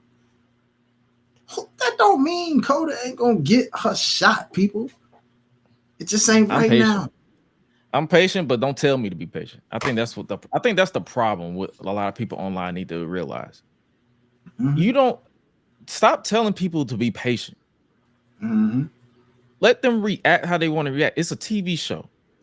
Mm-hmm. Like niggas be out here acting like it's the end of the world, or they be hiding all high minded. It's just a TV show. Relax. This, that, and third. I'm like, you acting like it's not normal for someone to be like, yo, I can't believe my favorite didn't get in the match. At least get in the match. I know she's not gonna win, but at least get in the match. Like, you don't have to say that. I promise. We're patient. Trust me. She should have been the one to dethrone Raquel. Mm-hmm. Still believe NXT. that. Mm-hmm. That's how patient I am. Mm-hmm. All these are facts. I'm just like, hey, bro. Oh, you're talking about the people who just like go. Yeah, I'm just talking about all these folks that are outraging so hard, like bashing Triple H and being so pissed off at Zoe Stark, which I get. She's had her opportunities. She had a title match against Rhea before. She's done some things and this, that, but it's like, yo, look, man, let Zoe Stark. We've met Zoe Stark. She's a sweetheart, but at the same time, it's like, damn. Yeah, fam, let her let her have her thing. Winning it. Yeah, she ain't winning it anyway. See, with me, I said what I said, but my reaction was, oh man, and I moved right on. Exactly. That's how you gotta do it. As you should. It's like Dakota is in the middle of a story right now. Hence being, you can see it on the woman's face. Trust you me. She don't sound or look as confident as she was looking before because these L's are piling up. She can clearly see the tension and frustration in ego. There's a Sami Zayn-like moment happening with Dakota Kai, people. Okay? Remember the Dakota Kai from the Mae Young Classic? You know, the underdog, sweetheart Dakota Kai. You know, the one who got injured girl by next Shayna. door. Yeah, you know. You're likely going to get an iteration of that. It's going to be a mixture of both, you know. Kind of like what they did with Sami Zayn in a sense. Okay? And Bayley. Yeah, and Bayley. You'll get what you want with Dakota Kai. Let the story unfold first. Then she'll start going on her runs, and she'll be that underdog because I'm pretty sure they'll market her as an underdog at some point, and she'll climb that mountaintop as the underdog and win that championship from whoever's champion at that time.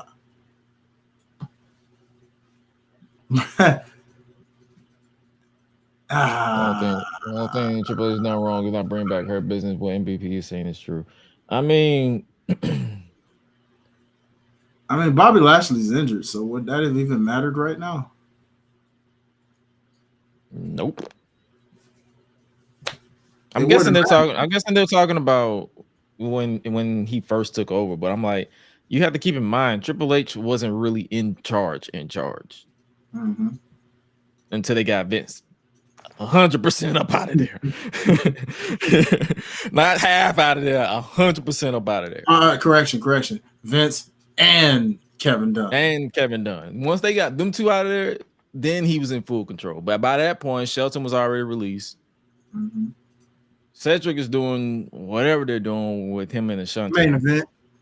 Main event. And let's see. Bobby doing his thing with the Street Profits, even though that's pretty stagnant at this point. The Pride, because Bobby's injured. So it's pretty much just the Street Profits and BFAB at this point. Just remold and kill it. At this point, that Pride thing, kill it. Pride is the devil right now. That's what it is. Pride is the devil. J. Cole said it himself. That's exactly what this is right now. It's just vibes at this point.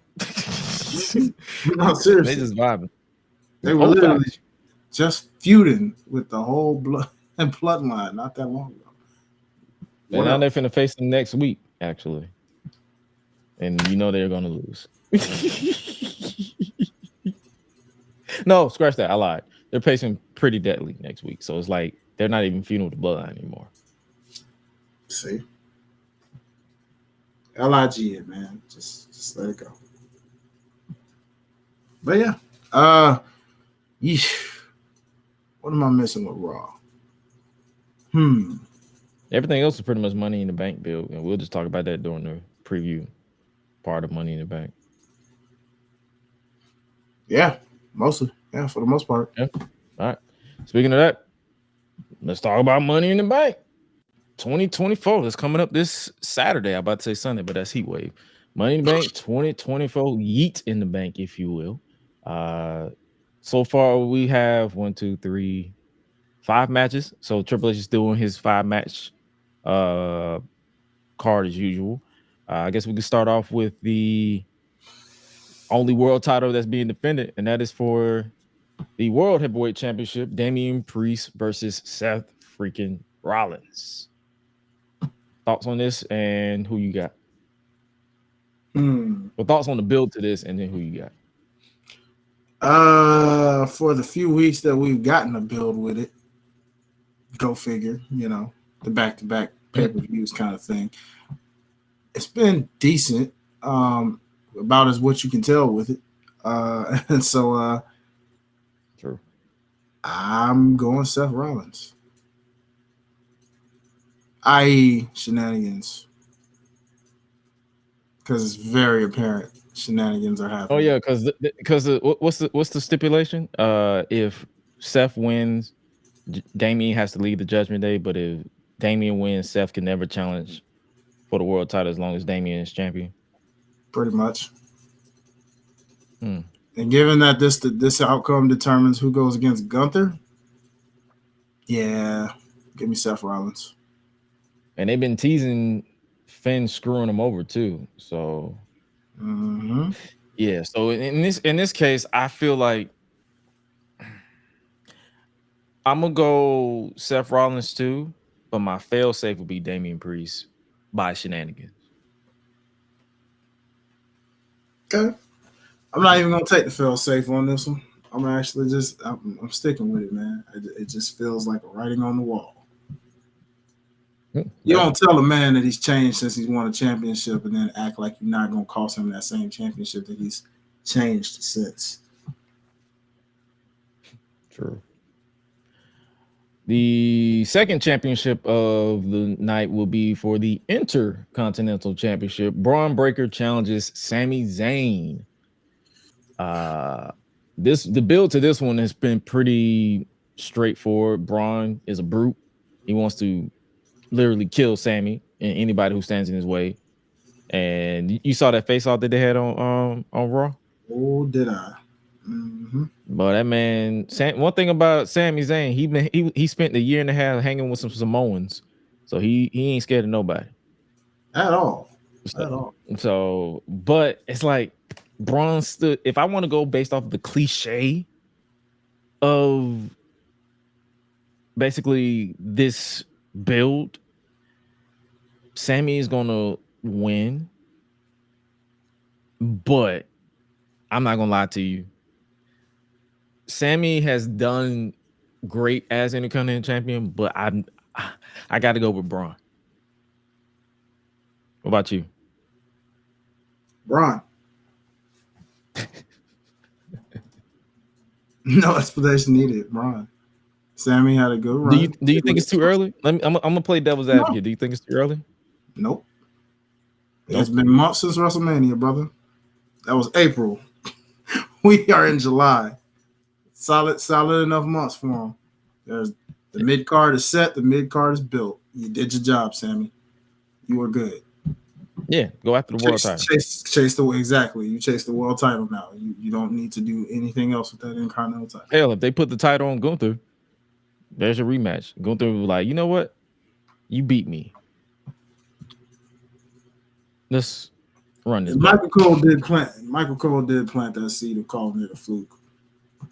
And that was a while. So I'm just saying, Sami drops the title, gets built up for the world title, and let Braun just go crazy on the mid card, and then build up Ilya to possibly take the title off Braun on down the line. Yeah. There you go. There's your mid card. Cooking, baby. That's what I'm talking about. Speaking of cooking, let's go to the first of 2 Money in the Bank ladder matches. The women's Money in the Bank ladder match. The participants are Naomi, Io Sky, Lyra Valkyria, Tiffany Stratton, Zoe Stark, and Chelsea Green. Oof. I said this on Twitter. I'm gonna say it here. My soul wants Naomi to win. My gut is telling me Tiffany is going to win, but I would not be mad if Chelsea Green win. Those are my 3 favorites to win. But if I had to go for an undoubted pick, Tiffany Stratton.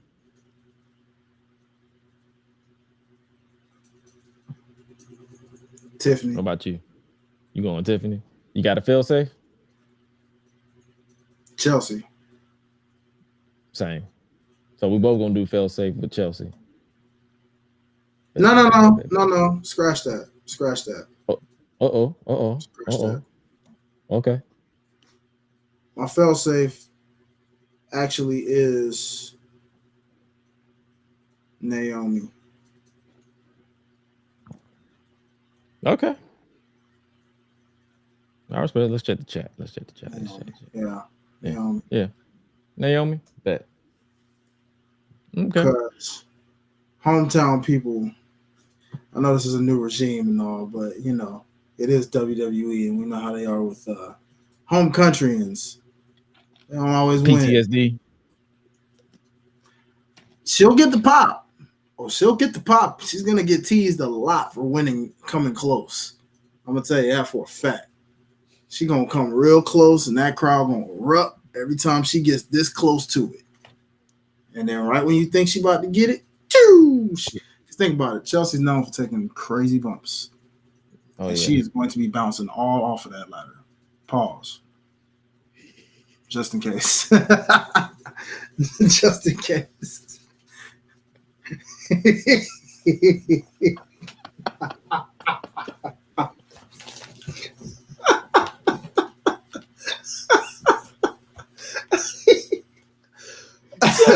Just in case. Yeah, man, you can't be better safe than sorry, my nigga. You know, you can't be out here, you know. Folks crazy out there. I knew what you meant though. Mm-hmm. You know what I'm saying? Pause. Just in case. You know.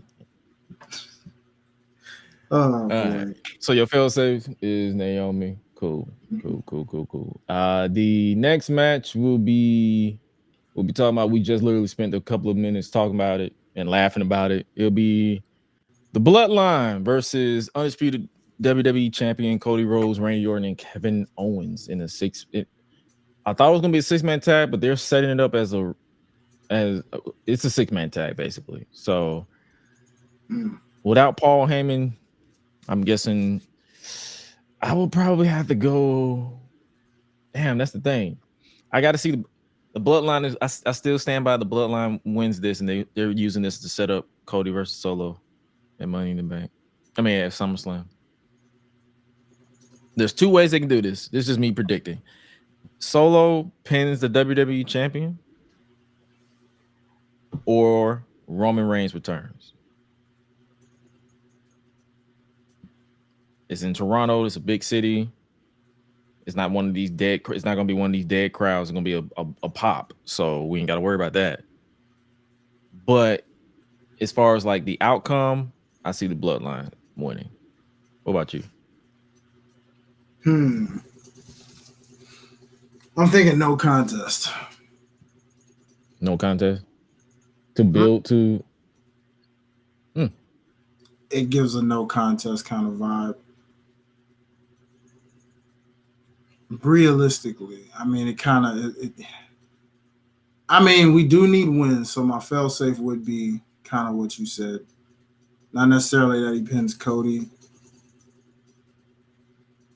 but they do get the Bloodline gets the win. But it's given no contest for some odd reason. Like there's no decisive winner here. It got that chaotic. Oh yeah, because especially with Jacob. Yeah, it just got that chaotic because this Bloodline doesn't care. To the point where they're just relentlessly beating them to a pulp, to where there's like no contest. Like it just They're uncontrollable.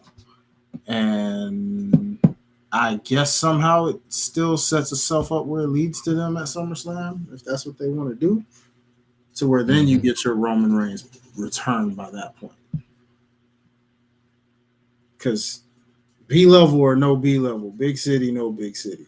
All due respect to what they're doing with these B levels, Roman don't do B level. It's going to be a big four. SummerSlam. Oh, yeah. If it ain't SummerSlam, it's going to be a big four regardless. SummerSlam, Survivor Series, Royal Rumble, WrestleMania. It's going to be the big four.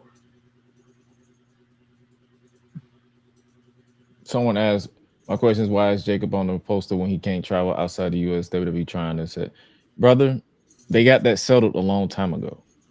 He can travel. The same reason why Jimmy Uso can travel and Jey Uso could travel. Uh-huh. Duh! Trying to be funny. Like they got that set up. Like they would not put this man in a prominent position. They probably would have had him getting taken out if he couldn't travel. Like I'm pretty sure they got that stuff set up. Come on now. But yeah. That's true. And last but certainly not least, the men's Money in the Bank ladder match got participants Drew McIntyre, Carmelo Hayes, Andrade, Jey Uso, Chad Gable, and L.A. Knight. Yeah. Who you got? Who you got with this one? And why? L.A. Knight. Yeah. You think they finally do it this time instead of as opposed to not doing it the last time they was in London, which was that was last year, wasn't it? Not London, Toronto. Yeah. I mean, they're in Toronto now, but that was London last year. My bad. Got the cities messed up. Did they finally do it? Yeah. I think they finally do it. Word on the street is these type of matches ain't too keen to rookies. Therefore, that kind of exits out Carmelo. It ain't quite time for him. Okay. I mean, I'm on the fence by saying Tiffany Stratton, but you know, she's been up there enough, I guess. Where if they want to put her on there, they can give her that rocket to be Tiffany in the Bank. Here, though, there's some truth here to LA Knight, because if they're gonna have some interferences, I don't see the LA Knight Logan Paul situation getting in the way of this moment. They'll still have their feud to where that still can go to SummerSlam, be U.S. champion, be basically United States champion and Mr. Money in the Bank, to then set him up for that prominent spot that he shouldn't have got as early as he did last year. Kind of righting that wrong. Now, I can't tell you who he would cash that in on. That just remains to be seen on what happens by then. Sure. Okay. But a fail-safe, I'm going Andrade. Okay. For mine, I'm gonna go. I'm gonna have to go. Ooh, this one's unpredictable as hell too. Yeah, it's crazy. It is. I love it personally. I'm gonna have to go with Drew. Really? I take that back. No, I take that back. I'm gonna have to go. I just thought about it. Nope, that's a waste of a pick. I have to go. If it's not LA Knight, I have to go with Jey Uso. Okay, I can see that too. And my fail-safe will be Drew though, just in case. Really? Because it's that's what I'm saying. That's just my fail-safe. My fail-safe could be LA Knight, but I'm like, they're not giving me hope that they want to give this man anything, because I feel like Logan Paul is going to interfere. I feel like that's one interference that I feel like is going to happen. I don't know, man. I really see, this is the beauty of this, is seeing who's going to get interfered on who. Because I feel like Punk's interfering. You don't get rid of Punk that easily. See, I see. Ken said it definitely ain't JC. I don't listen to him because every time he said it definitely ain't somebody, it always be them. So we don't acknowledge what Ken when Ken says definitely ain't something. It always be the opposite. He has a track record. He has a track record. You shouldn't have said it, Ken. You shouldn't have said it. He had a track record. Every time he said it ain't somebody, it's always somebody. Well, you know the reason why I didn't pick Jay, and it wasn't me putting a definitely on it. I would love for him to win. But you know why I didn't pick him. What's that theory I told you about? Yeah. It ain't looking good for Jay. I ain't going to sit there and say he definitely ain't going to be Jay. Based off Ken's track record. Sir, you might have just caused him to win now. Because he has a track record. I'm like, every time he said it definitely ain't going to be him, it'll always be this person that's going to win. I'm like, see? Now look at you. Look at you. But nah, I'm just doing that because I'm a fan of Jay. Like, it would be cool for him to be Money in the Bank and get a world title, but at the same time, I would not be surprised if they literally set it up to where he gets screwed too. So yeah. That's just me being a fan of him. Like, that's how I look at it. But yep, that is our preview and predictions for Money in the Bank 2024. If you want to join the kickback that we got going on this coming weekend, make sure you tap in. If you want to watch it with us and like so we can all react the same way, make sure you scan that QR code and watch it with us to join the Discord chat server officially. The rules of the Discord is be authentically yourself and just chill and relax. That's all it is. Like, no role playing, none of that crap. If you come in there starting beef, then you get the boot. It's really that simple. But yeah, make sure you guys check out the kickback officially for this Saturday. I believe our scheduled time is 6:45 p.m. Eastern Standard Time. That gives everybody time to roll in because the official start time is 7 p.m. Eastern Standard Time. As far as the main show, they don't do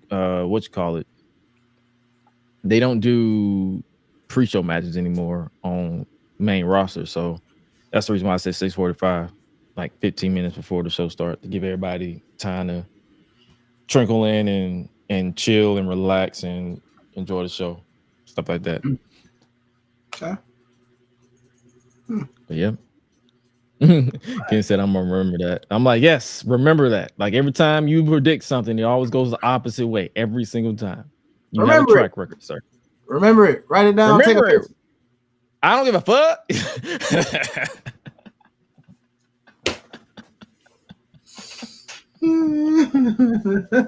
Oh man. All right. The next one, I guess, before we preview NXT Heatwave, did you peep anything from NXT this week? I heard it. I didn't watch it, but it was background noise. I will tell you, the street fight between Jada Parker and Mia Yim was actually pretty good. Oh, I know. Now that I did see. The rest of it was not. That I did see. Jada broke the barricade with the cheeks, which is crazy. It's like, damn, they saying you got a lot of ass. and cheeks of steel, and I ain't mad at it. Cheeks of steel, baby. Just breaking down barricades. You know what I'm saying? Hey, she put off in it. In the words of Jagged Edge. He's like, huh? Yeah, look it up, brother. It's a song. I know. That's why I paused. I'm like, nigga, this man just really all right. Hey man, she did. You know what I'm saying? Hey. You know. But you know, I respect it. I'm glad. Black on black crime. It's cool. It happens. It was man, sometimes you gotta black on black crime is good when it's like it's reasonable. Like you screw me, I'm gonna screw you. Let's just fight. You want to jump me? Hey, I do like that the feud has now spilt over into the men with the OC and OTM, which is quite interesting that they're deciding to now feud from this. I'm like, OTM, now you want to feud with them? Now? What were y'all before? Yeah. They got tired of being referred to as NPCs. Apparently. I'm like, oh, there you guys are. I was wondering when y'all were going to show up. You know, but nah, man, definitely up there for TV match of the year, in my opinion. You know, for an NXT match, that's one to remember. Jada Parker's best match to date so far. And it only gets better from here. And she's a natural on the promo. She is. And this also is immediately giving Mia Yim her flowers, as I have always done as a fan of hers. Like Zelina, been someone that's been rocking with her since she was Jade in TNA or Impact at that time. So it's like, I don't know when, I don't know how, but I'd like to see her with somebody's championship eventually down the line. Somehow, some way. Whether it's NXT or main roster, don't matter. But clearly she's not afraid to put people over while also give them a good match in the process. So, yeah, but yeah, man. And she couldn't even hide her smile. Mm-hmm. She had to lean her head back so they couldn't pick up her smile. But I'm like, yeah, you smile like crazy. Yeah, she's enjoying herself, man. Having fun, enjoying working. You can tell that little fire under her. You know, working with these young girls is it's taking her back to the fire she had in basically her Impact days, in a sense. You know, because on the main roster, when you're not being utilized as much as you should be, one thing she said on the bump, like earlier this year, was that I'm not done. I still got a lot left in the tank and a lot to prove and things like that. And so moments like tonight showed that. Thanks. And one other note from the women, Lola Vice and Roxanne Perez had a promo off. Oh, I heard this was not good. I'm just gonna keep it a stack. I heard that and was like, wait, did she just cry in the middle of a promo? What? And then when you look at her face, you could tell it was planned tears, so it didn't naturally happen. Like I didn't see not one tear. That was the driest cry I've seen in a while, and I have nephews that cry, and they face be dry as shit. Boy, I don't know what to say about that one, then, bro. So I was like, wow, that's wild. She did all that. She said all that, and Roxanne Perez in layman's terms basically said, "Fuck your story." The first Cuban American women's champion, huh? Well, and then Roxanne, it's like I don't like to nitpick people's promos, but Roxanne be sounding congested when she cuts a promo. There's no lies. Like maybe, but it made me want to go up and like I'm talking to one of my toddlers, like, hey, blow your nose. Blow your nose. All right. They like just pull out a piece of paper, be like, blow your nose. Blow your nose. And good. But yeah. One bad promo isn't going to make me lose sight on the match. The match, it'll be solid. Mm-hmm. Yeah. But other than that, I feel like, the first half was messed up, but she finished strong after the emotional story. Yeah. I don't know about that, Ken. I don't know, man. Like, remember, don't fall for them crowds. They will deceive you. Tough break, Chica. Hey, man.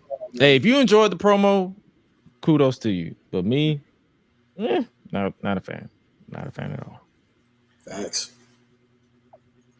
But all right, it's time for us to preview and predict NXT Heatwave that's going down this Sunday on this to I guess kick off the finalize the Money in the Bank weekend, which is NXT Heatwave.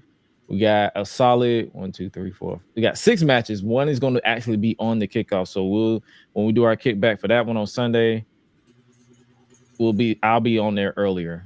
Highlight will hop in when he can. But the first match we start off talking about, we might as well talk about it. Preview and predict Lola Vice challenging Roxanne Perez for the NXT Women's Championship. What you got on this one? Ain't this supposed to be? Wasn't this initially supposed to be Julia, right? Is it? Or was that a rumor? I don't know. I just thought. I mean, going back to when we were at Stand and Deliver, the rumor was supposedly, or I guess word on the street was Heatwave was. It seemed like this was supposed to be when she was going to lose that title, supposedly. But oh yeah, because Julia's injured, correct? She injured her wrist. So yeah, she's not cleared. I'm gonna say Roxanne retains.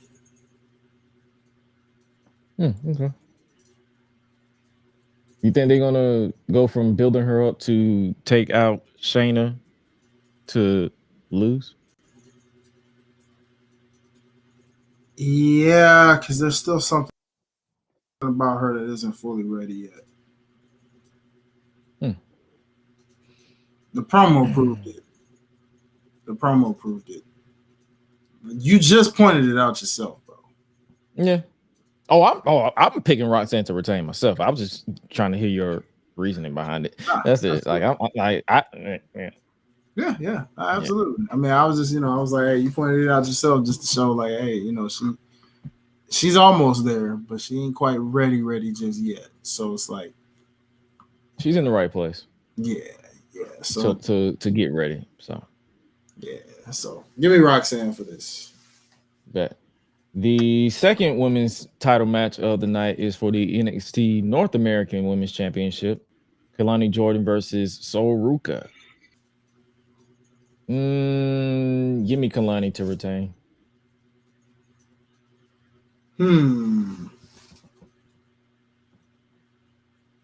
Despite the fact that I've heard differently,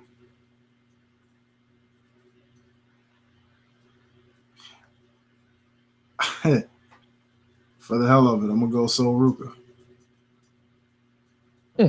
Okay. Just for a little razzle dazzle. Hey man, some people actually believe she winning this thing, so I'm gonna say what's up. Man, people think they're gonna have Kalani just win it and just make history and just be like, yeah, that's enough of that. Yeah, you don't have to be a champ long. She ain't gotta have a long reign just because she's the first one to win it. When you think about it, Sasha and Bailey didn't have them tag team titles long, did they? Yeah.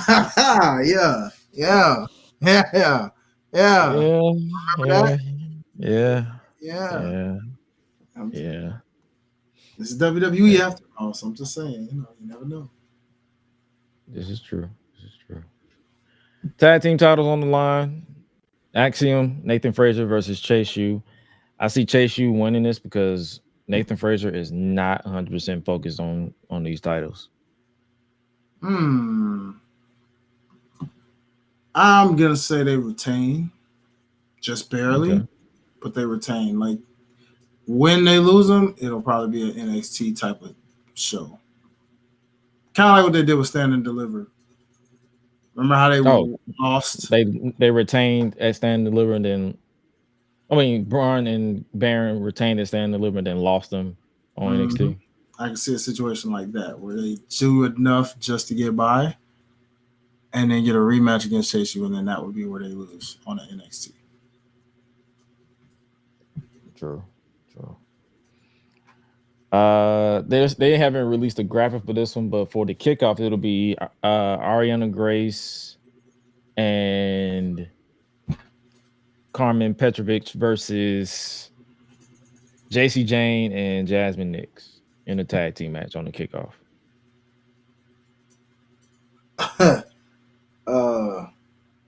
Wow. Okay.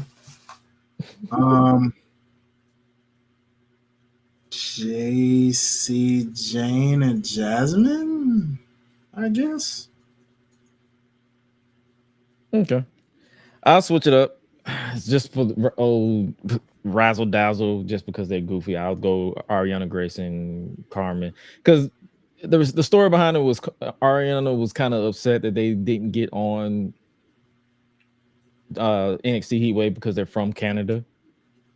So she went talking to Ava, was like, "Hey, can you just get us on the show?" And she's like, "Okay, kick off. Y'all team up." So, this is WWE now. Nah, because at first Carmen thought it was Natalia, but she was like, "Nah, it's Ariana." She was like, "Really?" So she don't even want to be with Grace. So a bad fellow tag team that actually gets the accidental win. Yeah. Now, what throws me off is the fact that she's supposed to be Italian. How is she from Canada? I thought her daddy was from Italy. Isn't Santino from Italy? No, Ariana Grace. Ariana Grace's daddy is Santino Marella. Ain't her daddy from Italy? Where's the continuity here? Where's the continuity here? Come on, where's the continuity here? Like I need some. Next thing you're gonna tell me that Santino Marella isn't Santino's twin sister with ugly ass tattoos and an ugly wig. Well, to be fair, she don't exactly have an Italian accent either. So maybe she's Italian. Do people from I've never been to Italy. Do people from Italy have an accent? Or do we have an accent to them? No, they have an accent. I have an actual Italian friend. Yes, they have an accent. Now, it's not as outrageous as Santino's, but yes, they have an accent. It's not the Mario stereotype accent. I'll put it that way. I'll put it that way. It's not. Damn. I've been lied to. I love the disappointment on this man's face right now, y'all. This is like, oh, shoot. Damn. Damn, it's crazy. Yeah. There's that. Mm-hmm. The next match we have for the NXT North American Championship, Wesley challenging Obafemi. Finally, 1-on-1. I feel like this would be the time. Where Oba gets conquered and move on to the next title. So give me Wesley to win this one. He's had a good reign. Trust me, he's had a good reign. But if West loses at this point, he either have to go after the NXT title or get called up. One of the two. Well, my brother, get ready for a Trick Willie versus Wesley situation in the future, because I say Oba retains. All right. I respect it.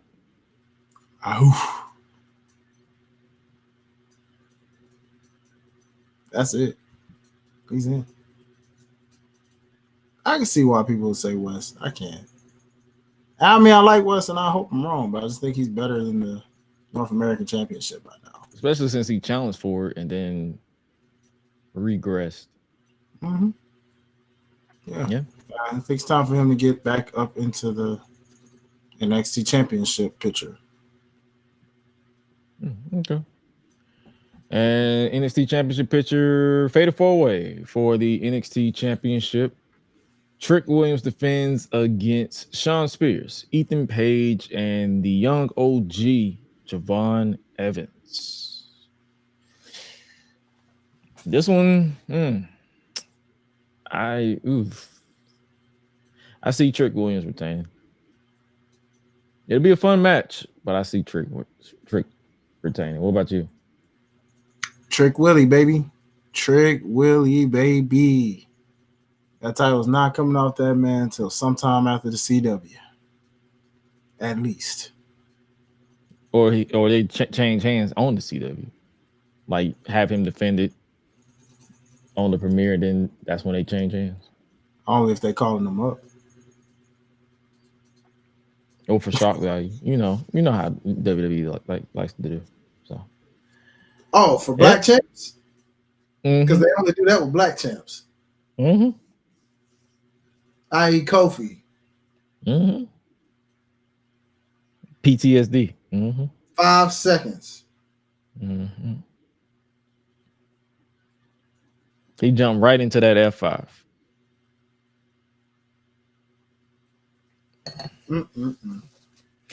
But that is our preview and predictions for NXT Heatwave that goes down this Sunday.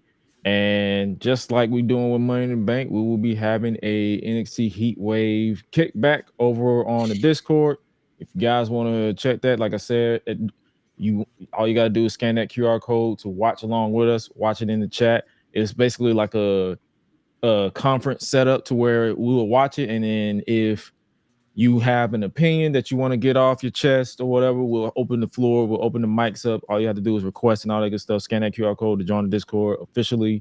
And hey, it's a chill environment, but make sure you guys keep it cute, basically, as the people say online. Keep it cute. But yep, that is our NXT Heatwave preview, and that is our show. What you got coming up this week, my brother?